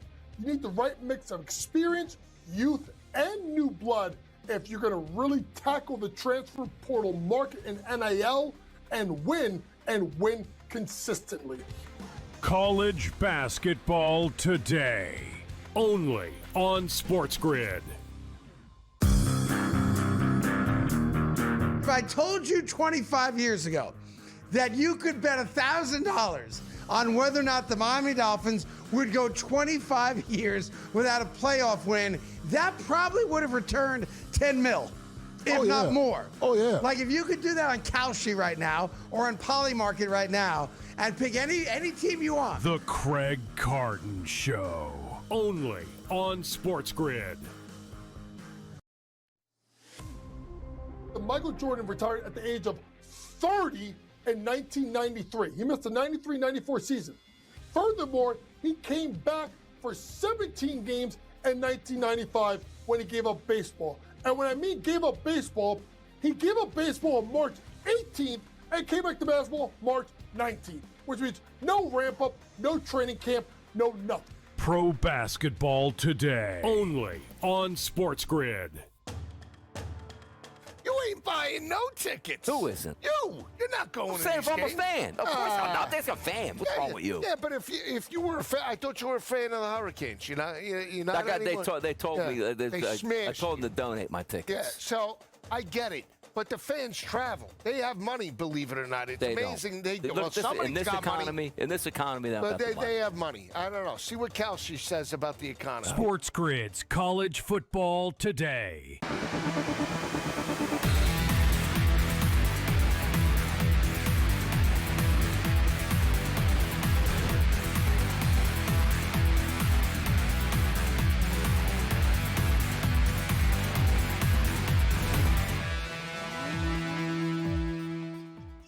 All right, welcome back. In-game live game day here on the grid. Scott and Gabe, hour number 2. We got George Kurtz, SportsGrid host, coming up in a couple of moments. So we got Western Kentucky 27-16 now over Southern Miss. That line is 10.5. They just FanDuel anyway took the over-under off. I'm sure that'll pop up here in a second with 3.5 minutes left.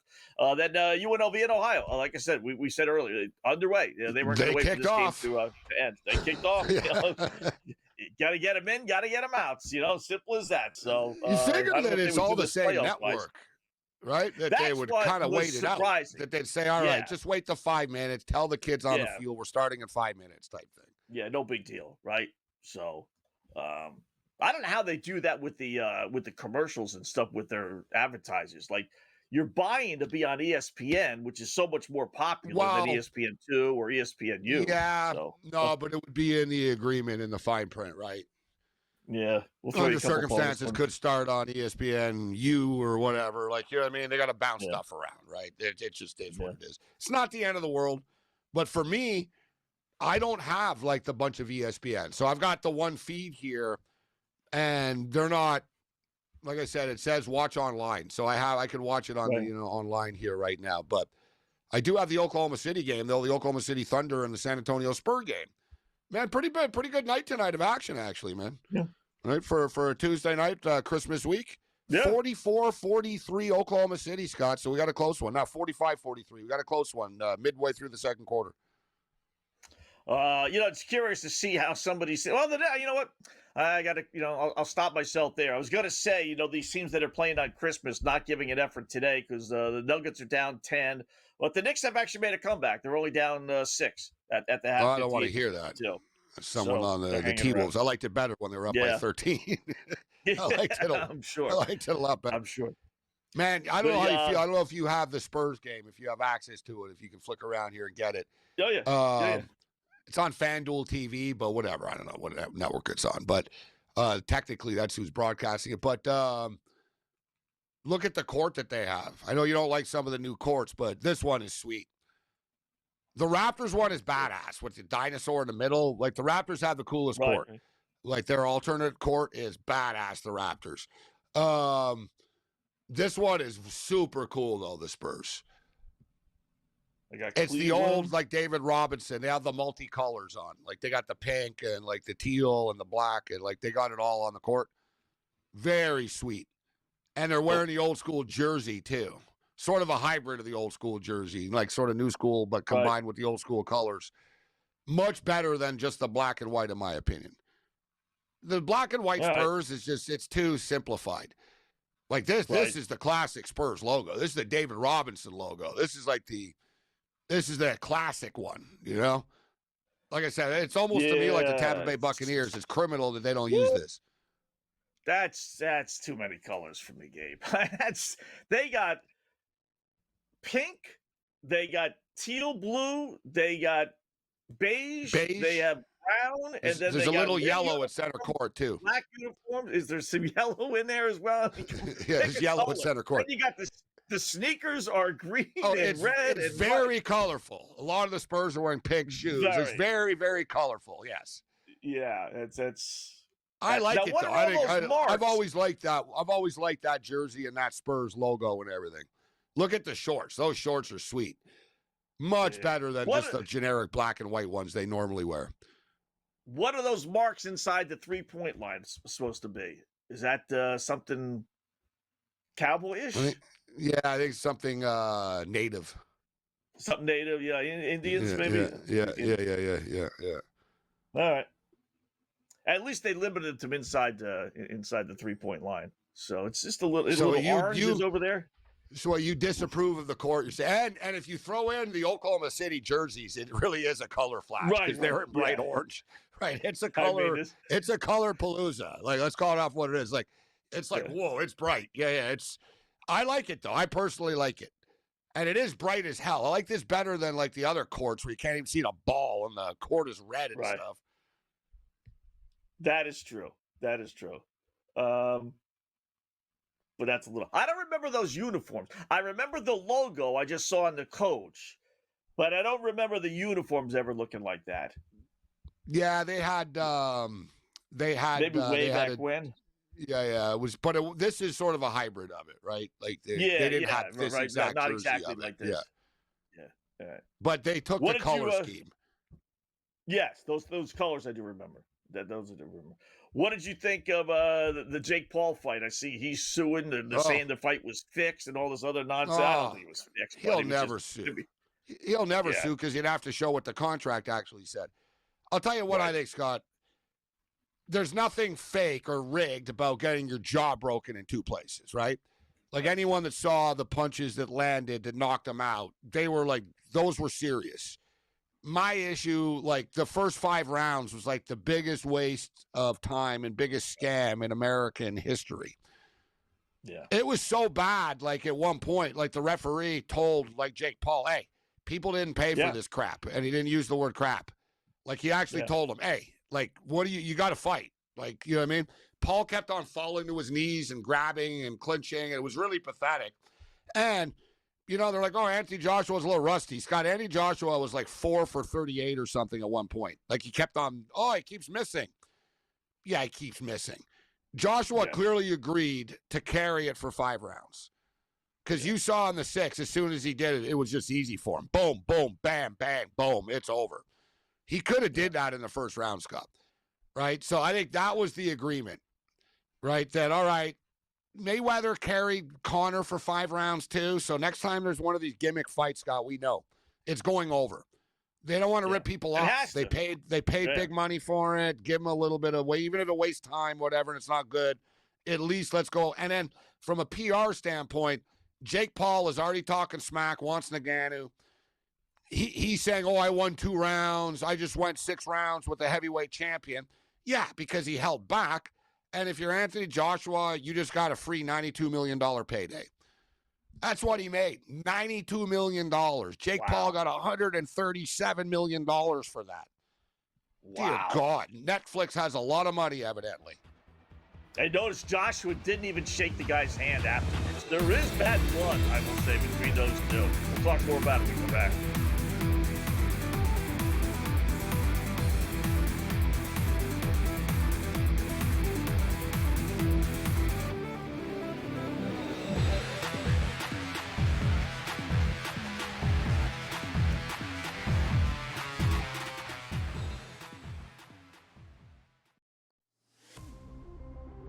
When it comes to NAL, money does buy you talent, but it doesn't buy you chemistry, leadership, and wins. Look at St. John's, Kentucky, how they're battling.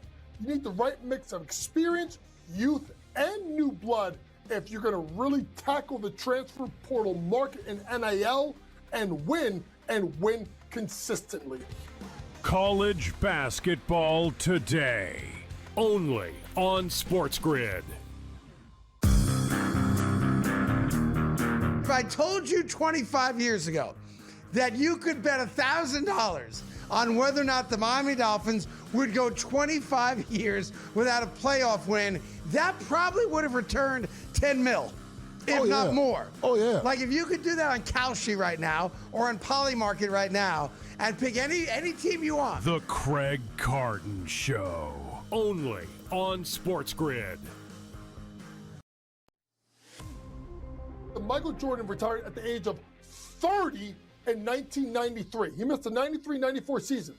Furthermore, he came back for 17 games in 1995 when he gave up baseball. And when I mean gave up baseball, he gave up baseball on March 18th and came back to basketball March 19th, which means no ramp up, no training camp, no nothing. Pro basketball today, only on SportsGrid.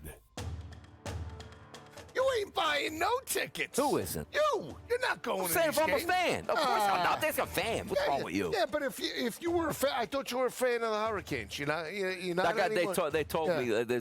I told them to donate my tickets. Yeah, so I get it. But the fans travel. They have money, believe it or not. It's amazing. In this economy, they have money. I don't know. See what Kalshi says about the economy. SportsGrid's College Football Today.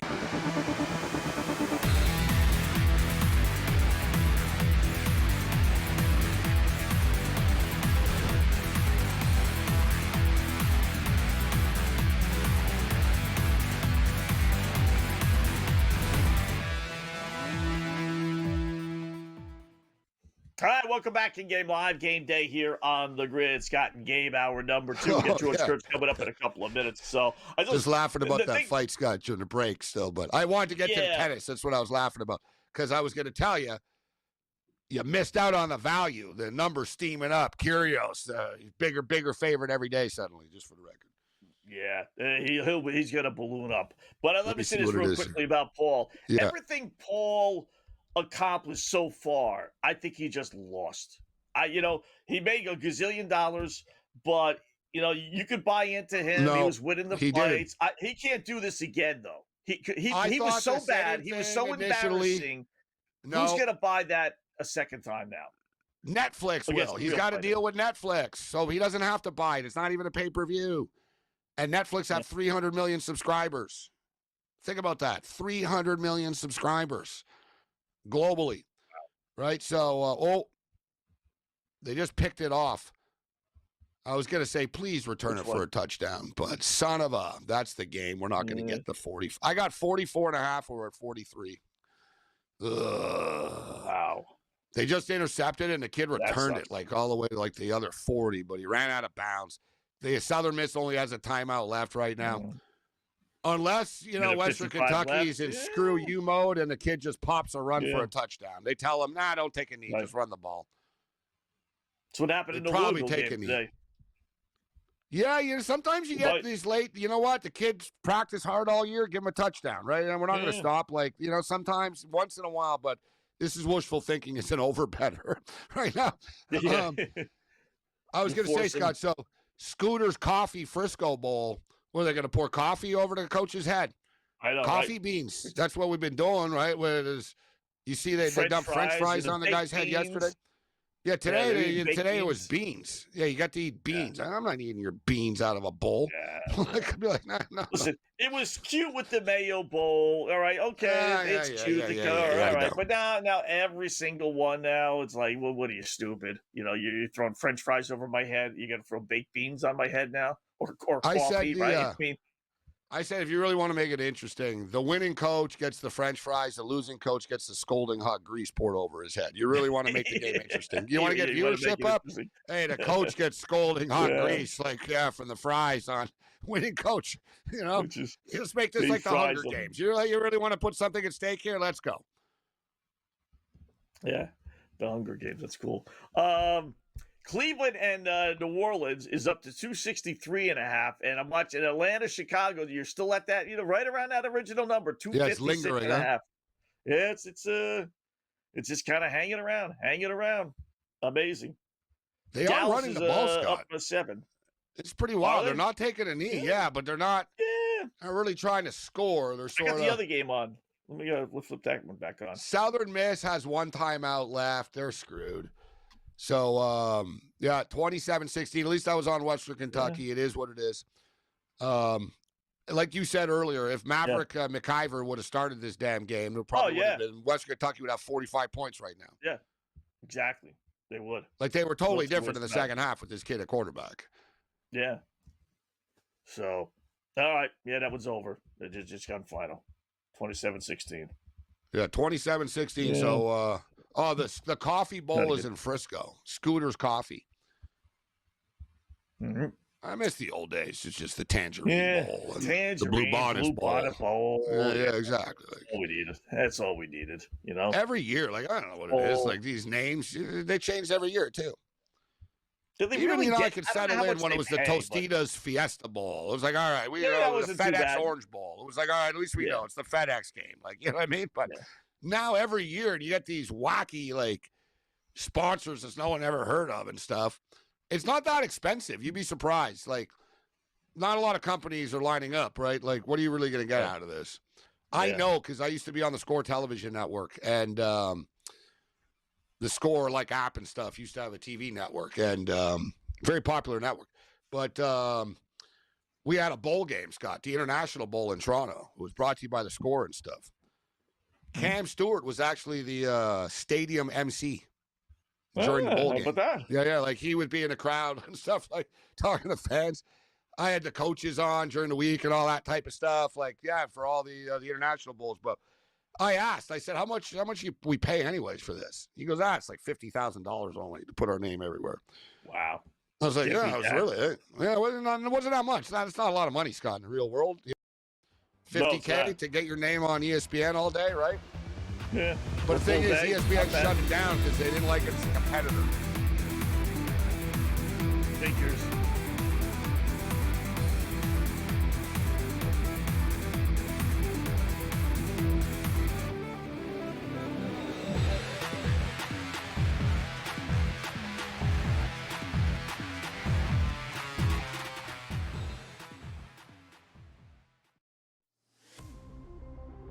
When it comes to NAL, money does buy you talent, but it doesn't buy you chemistry, leadership, and wins. Look at St. John's, Kentucky, how they're battling. You need the right mix of experience, youth, and new blood if you're going to really tackle the transfer portal market in NIL and win consistently. College basketball today, only on SportsGrid. If I told you 25 years ago that you could bet $1,000 on whether or not the Miami Dolphins would go 25 years without a playoff win, that probably would have returned 10 mil, if not more. Oh, yeah. Like if you could do that on Kalshi right now or on Polymarket right now and pick any team you want. The Craig Carton Show, only on SportsGrid. Michael Jordan retired at the age of 30 in 1993. He missed the 93-94 season. Furthermore, he came back for 17 games in 1995 when he gave up baseball. And when I mean gave up baseball, he gave up baseball on March 18th and came back to basketball March 19th, which means no ramp up, no training camp, no nothing. Pro basketball today, only on SportsGrid. You ain't buying no tickets. Who isn't? You're not going to I'm these a games. fan. Of course I'm not. There's a fan. What's wrong with you? Yeah, but if you were a fan, I thought you were a fan of the Hurricanes. You're not anymore. They told me. They I told them to donate my tickets. Yeah, so I get it. But the fans travel. They have money, believe it or not. It's amazing. In this economy, but they have money. I don't know. See what Kalshi says about the economy. SportsGrid's College Football Today.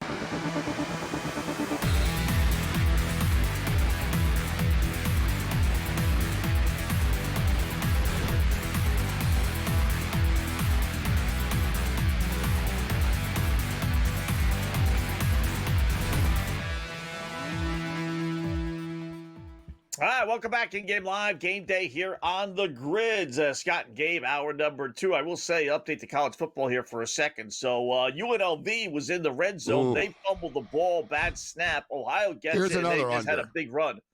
Yeah, had a 55 and a half on FanDuel already. 10 Scoreless. Points lower. Yeah. Moral of the story is we got to start waiting and just bet in-game instead of these pregame totals. Yeah. These teams, it's clear that being off for 3 weeks is affecting them. Yeah. That's it. You get yourself a much better number. So let's talk a little, put the football aside for a sec, talk a little hockey with our good buddy, a little NFL as well. SportsGrid host George Kurtz, you see it here all the time here on the grid. What's going on, George? How are you tonight? Well, I guess I'm good tonight, right? We got 13 NHL games tonight. Looks like the Islanders have just scored here, so good news for me there. But then no NHL. They take their Christmas break. No NHL until Saturday after tonight. So which is lame tonight, but 13 games. I mean, it's kind of nice. I don't want to say it's lame, but as a fan, yeah, I hate it. I do. I mean, it's 3 days. I think your mic, George. Here. I think you reset your mic. We're getting you distance. Just reset the mic there. But I will get Kurtz's take whether he thinks there should be hockey on Christmas Day. Come on, Wetzel. I'm surprised you're not with me. There should be. There should be hockey. They're gonna get trounced. They would get trounced by the NBA and NFL. I mean, come on. Yeah. That kills the NBA. What do they care? They're the only ones that have games Monday night, though. Like, what difference does it make? Yeah, exactly. Yeah. Like, if you're the NHL, you can't even worry about other. No, you're right. You're right, because who even broadcasts the NBA now? I don't know what these TV deals are. The games on NBC? Yeah. No, like NBC or Peacock. Let me look actually just quickly, just for the record. It's just for my own. something. So, yeah, that's what I'm saying, Scott. Like, there could be an Amazon game. There could be this game. And yeah. All right, the Knicks game is ESPN, ABC, Spurs Thunder, ABC. Yeah, it's all ABC, ESPN. All right, so you're right. They ain't showing any hockey there. So TNT. Oh, now there's another turnover. Now Ohio turned it over. Dear God. Really? Just one. All right. But I was going to bring up, George, you don't watch the World Junior Championships, though, really, right? But, like, that's what takes center stage, the sort of Christmas Boxing Day. Like, Boxing Day is like opening day of the World Junior Championships. It's in St. Paul this year, Minneapolis, St. Paul, etc. St. Paul, where the Wild play. And it is a big deal in the hockey world. It's all the top draft picks. So it's almost like, it's like bowl season for Canadians, Scott, the World Junior Championships. Right. Like, there's nothing but commercials about it and a holiday tradition and Team Canada jerseys under trees and all that crap type stuff. They pour on the syrup pretty thick. Very, very cornball type stuff. But it's a great event, the World Juniors. Like I said, like anyone, if you're a real hockey fan, you're watching the World Juniors. Like, in a sense that all the players that play in the NHL are playing in this event, Scott and George. Like Gavin McKenna, the number one pick in the draft, is playing. Like, all the top picks, like the top prospects play in this. And that's what, it's almost like a showcase for like at the NHL draft. So they cleared the slate, basically. Canada's the favorite. U.S., Canada are pretty stacked this year. The U.S. have been really good at junior hockey, but it starts on Boxing Day, but I do think Canada are going to win the tournament. They're like plus 105 as far as the future is concerned. Should be Canada versus USA in the final game. What do you like tonight on the ice, George? Speaking of hockey, obviously. What jumps off the page for you? Yeah, it was hard not to like the Florida Panthers over the Carolina Hurricanes. We saw the Florida beat them up the other night, right? They sent out Seth Jarvis and Jacob Slavin, put them both on IR. So Florida's starting to figure it out again. And I think they're going to get Matthew Tkachuk back just in time for the outdoor game on January 2nd. I think that's what they're targeting here. And they'll be pretty much as much at full strength as they're going to get. I don't know if Barkov's going to return this season or in the playoffs, whatever it might be. So it's going to be about as good as they can get here, and they'll go on their run here. So that was the first game I liked today. That's the game they're going to bring him back to? They're planning on he's going to bring him back? That's what remember they said he was going to be back in December, right? So it'll be another week later. I think that's what they're targeting here, and that's what he'd like to get back. It's the outdoor game. Think all the publicity you can make. I wouldn't do that if I was them. Right. You're playing on fake ice outside in the sun. That's going to be your first game back. I'd be like, no. You're not playing on that game. I wouldn't make it his first game. If you return before then, exactly, fine, you play. But if it's I wouldn't make that January 2nd your target. No. Return on the 4th, return on the 5th, whatever it might be. I agree with you. You haven't played in months. No, like you're not playing. Like it's just weird. Like I said, that ice is. I don't know. I don't like these outdoor games. I think they're dangerous for the players personally. I like them, but in hot places, it's a little crazy. I mean, you're playing in Miami. Stupid is what it is. Stupid. It's just flat out dumb. The whole point. Like the first one was in Edmonton, Scott. It was like minus 68. And Jose Theodore, the Canadians goal, he started the trend. He famously put the toque on over his helmet. Yeah. So he had the goalie mask on. He had the hat on during the game and stuff. It was that cold. That's cool. Like, I think of this, it's like, yeah, all right, put it in Denver. That'd be cool. Right? Mile High, Denver. There's certain locations. Detroit. Yeah, they've done it. There's another one this year. What's the other one? They had a problem in Denver when they had it out there. It wasn't cold enough. Too nice a day, right? It was too nice a day. The sun was causing issues here. I went to the one. They did go to Dodger Stadium before. So years ago, they did Dodger Stadium years ago, too. For the record, speaking of that, Scott, they did. And it was like, sort of like, the ice in malls and stuff. Right. You know what I mean? It was like kind of this weird ice. Yeah, Kiss played. It was bizarro. It's a little silly. But speaking of the L.A., the Kraken played the Kings tonight. I watched the Kraken game last night against the Ducks. They won 3-1. The Kraken, they're looking to sweep this California trip. And the Kraken kind of hit rock bottom. They were 1-9 on a 10-game stretch. I don't know if you guys saw, I brought it up, Scott. I don't know if you saw, George, but their coach, they didn't take questions from the media. They would only take questions from the employee of the team website. So, like, they got, basically the media, like, you don't want to piss off the media, especially if you're a bad team. So it wasn't good. Like, the Kraken, like, kind of hit rock bottom, but the record isn't that bad, and they've won a couple of games. So, guys, everyone sort of assumes, well, they played last night, but they're staying in the same damn hotel. If there's ever, like, a back-to-back here where you want to end strong after sort of underachieving in the first half of the year, I saw the interviews with the players after the game last night, and they were all business. They were like, yeah, whatever, on to tomorrow. You know what I mean? This doesn't mean anything tonight if we don't, like, we got to win again tomorrow type of deal. They're all in. I don't trust the Kings as big favorites at home either, guys. Give me the Kraken tonight. I'm not going to get crazy here and say Kraken plus 195, but give me the Kraken plus 1.5 minus 135. I think they can at least get this game to overtime. Two things here. One, the Kings played last night too.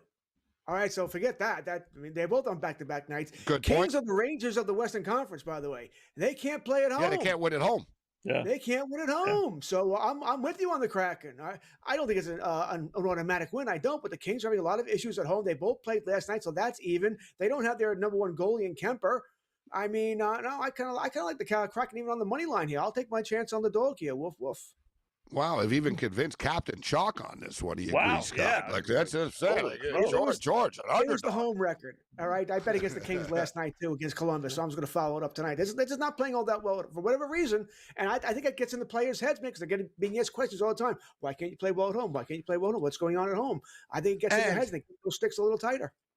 The whole thing is, too, with the break coming up. It's not an all-star break. It's not the half, but you want to end strong, Scott. You're going to be off. Trust me, like, Christmas will be a lot better, like, with a 3 or 4 game win streak for a team than coming off a loss. And I trust me, there's a lot of players' wives and families that are hoping, God, I hope they win. Because, imagine a head coach on a bad team during the holidays. Like, well, not a lot of fun, Did you bet Colorado tonight, George? No score. Well, you don't make money betting against Colorado. All right, so you're either betting Colorado or you're leaving it alone here. I'm usually on Colorado, more the goal line. So like the Dodgers, right? Take the Dodgers on the run line. Take the Avalanche on the goal line. Yeah. No score so far late first period with Utah. George, good job as always, man. Talk soon.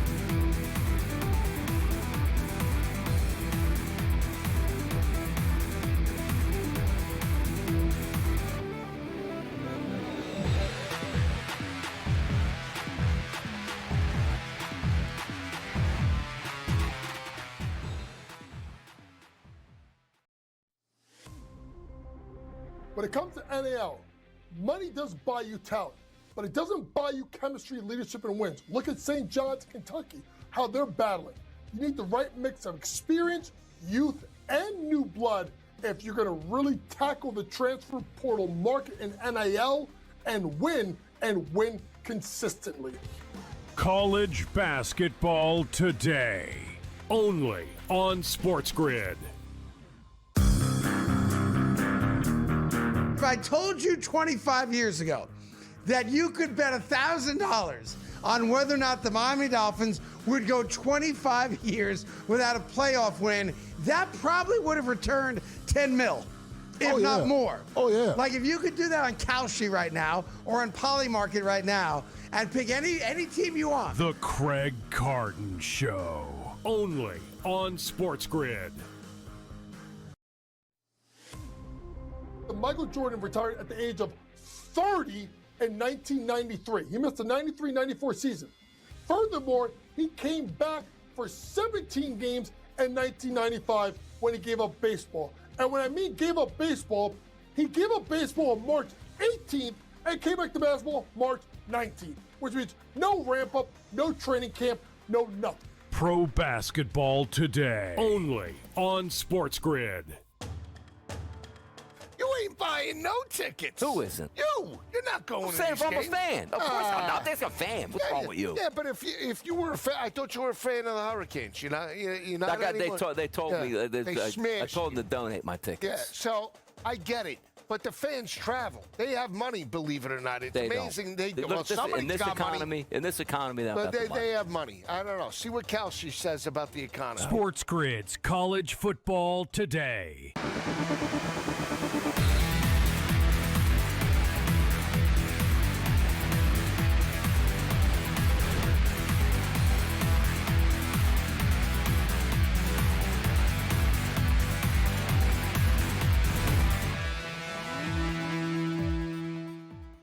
All right, welcome back. In-game live game day here on the grid. Thanks again, George Kurtz, SportsGrid host, joining us as he does from time to time. Got the college football game. I do have the numbers here. I've been meaning to throw this out. So far through the games, through the first game today, I got to update this through the second game. But through the first games today, favorites game 9-4 straight up, 7-5 against the spread. Over-unders, 5 overs, 8 unders. And the favorite and under combination, much like in the NFL, believe it or not, is the one that's been most common, 6. Dog it over 4, dog it under 2. Favorite and over, right? But pick the most common parlay reverse bet from the casual bettor, favorite and over, right? Sit one time in 13 games. One stinking time. Yeah, a lot of parlay players are getting beat up on that. I'm surprised that they're not more underdogs, but there's been some underdogs that have won the game outright as well, right? Although Toledo didn't today. The dogs are 2-0 so far today. Toledo covered as a 12-point underdog, and Western Kentucky just won the game outright as a 3-point underdog. So they would be 9-5 now. And depending if you had the Washington, I think I had Washington as an underdog. No, as a favorite, I think, in that scenario. I forget. But that was like that one bounced around. That one was flipping around all over the place. So that's kind of a tougher one to grasp. Yeah. Going into tomorrow, we only have one game tomorrow as far as the bowls are concerned. The Christmas Eve Degenerate Lonely Heart Special. As I stated, this is, you know what, the people, especially people not families and stuff like that. Like I said, guys, the modern. I've noticed no one cares about holidays anymore, to be honest with you. Like, whatever, dude. Like, I guarantee you Christmas, man, Twitter's going to be blown up all day about bad beats and missed field goals and NBA this and that. And, like, I don't think people like their families. Like, or people are introverts and don't even go, like, whatever. People are at home, and then you got people that don't care about holidays and blah, blah. Like, it's not like it used to be. Like I said, guys, it used to be like, like the NBA before the NBA was on, like, you'd have the blue-gray game, and, you'd have sort of year interview specials on TV. And, like, now, like, you're in a day with games. But so we only got the one game tomorrow. It's going to be a quieter today in the sports world. And me and Scott aren't tomorrow night, actually. So a program alert. Yeah.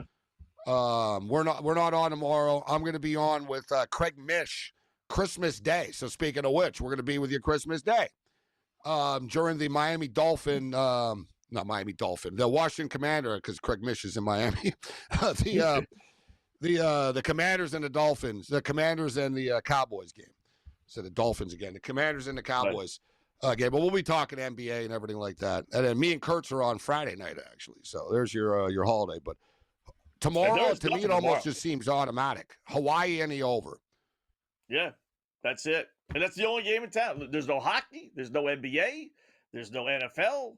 There's no college basketball. That's legitimately the only game. It's amazing.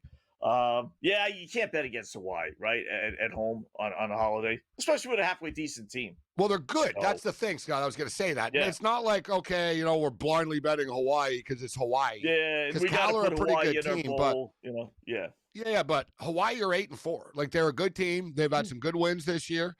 Right, they started off a couple of years ago, literally with the least experienced team since the Marshall plane crash, and it hasn't taken them that long to Timmy Chang and company to build this thing up. But they're a good football team. I mean, look, Scott, that was a very impressive win, the 38-6 win against San Diego State.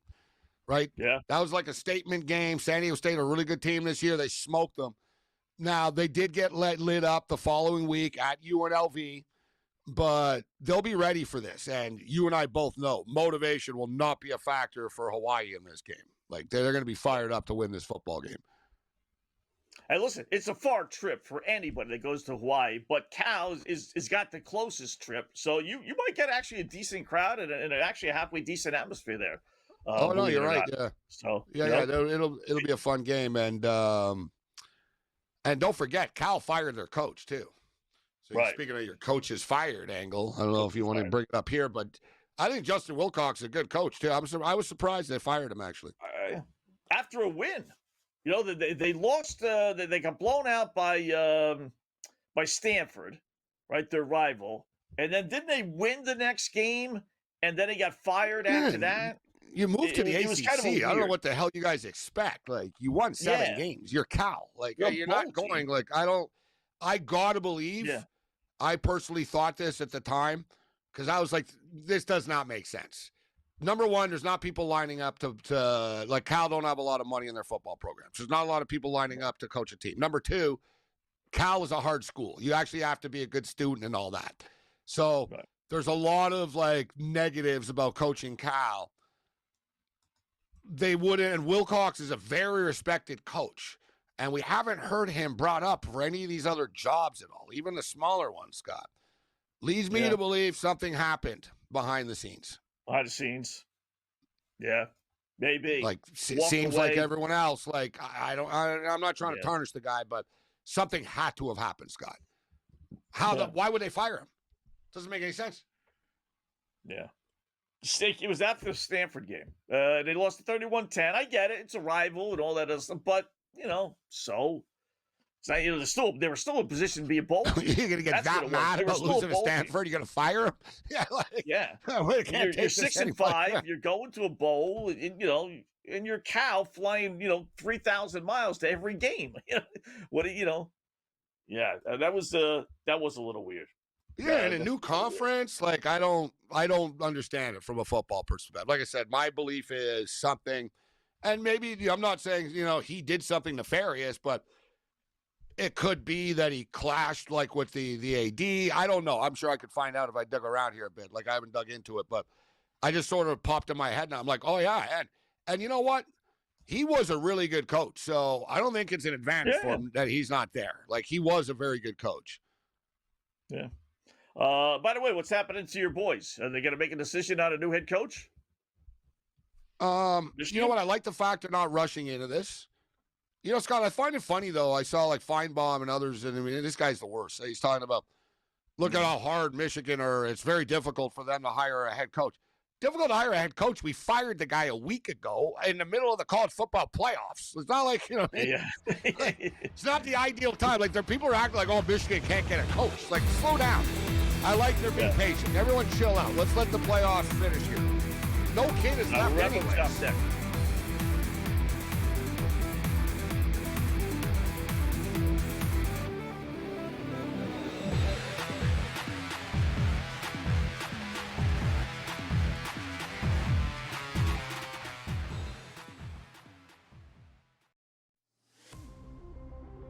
When it comes to NAL, money does buy you talent, but it doesn't buy you chemistry, leadership, and wins. Look at St. John's, Kentucky, how they're battling.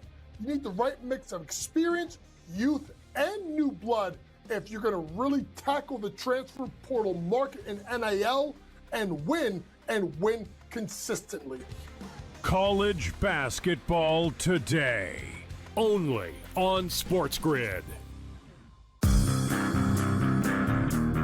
If I told you 25 years ago that you could bet $1,000 on whether or not the Miami Dolphins would go 25 years without a playoff win, that probably would have returned 10 mil, if not more. Oh, yeah. Like if you could do that on Kalshi right now or on Polymarket right now and pick any team you want. The Craig Carton Show, only on SportsGrid. Michael Jordan retired at the age of 30 in 1993. He missed the 93-94 season. Furthermore, he came back for 17 games in 1995 when he gave up baseball. And when I mean gave up baseball, he gave up baseball on March 18th and came back to basketball March 19th, which means no ramp up, no training camp, no nothing. Pro basketball today, only on SportsGrid. You ain't buying no tickets. Who isn't? You're not going to these games. I'm a fan. Of course I'm not. There's a fan. What's wrong with you? Yeah, but if you were a fan, I thought you were a fan of the Hurricanes. You're not They told me. I told them to donate my tickets. Yeah, so I get it. But the fans travel. They have money, believe it or not. It's amazing. They do. Look, in this economy, they have money. I don't know. See what Kalshi says about the economy. SportsGrid's College Football Today.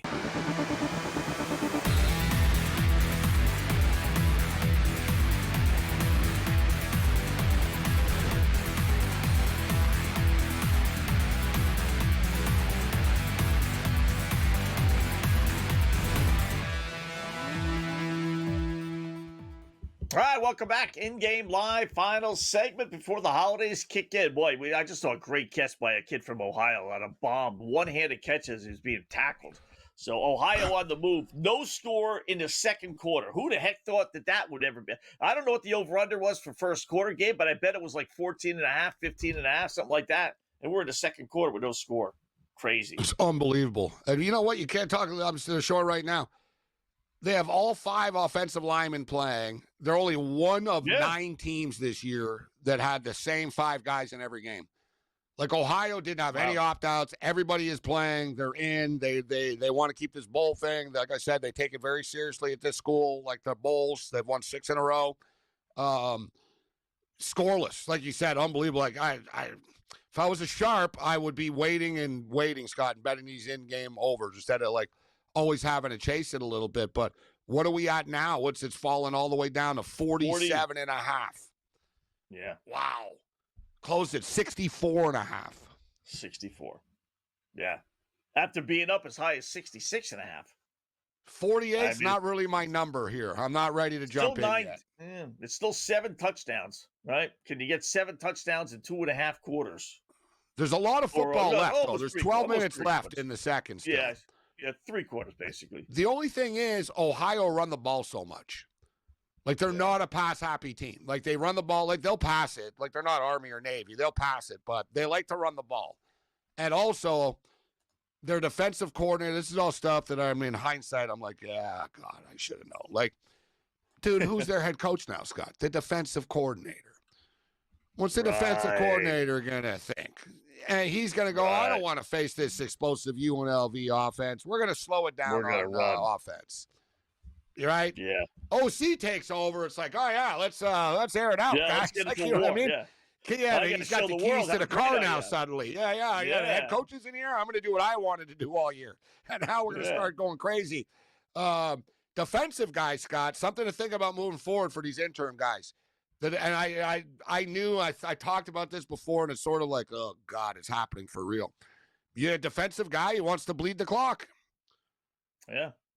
Wants to show the world how great he is. Offensive guy wants to score give me the job. He doesn't have the job officially yet.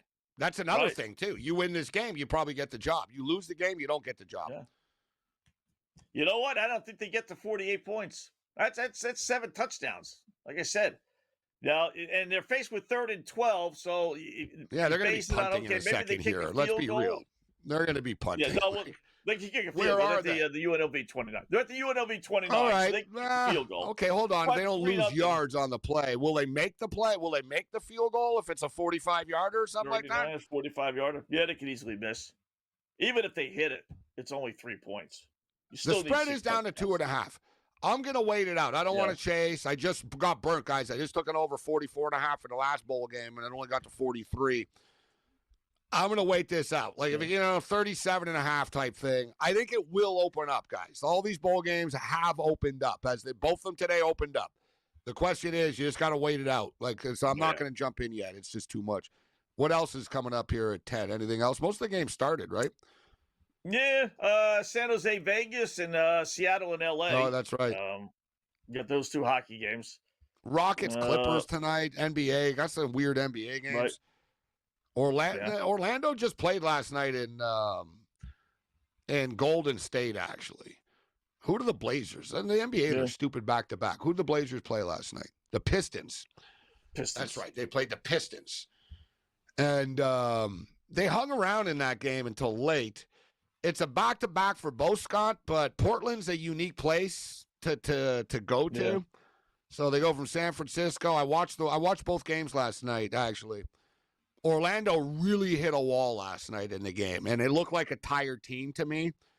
You got Christmas coming up here for them as well. They're going to get a little break. They're not on TV on Christmas.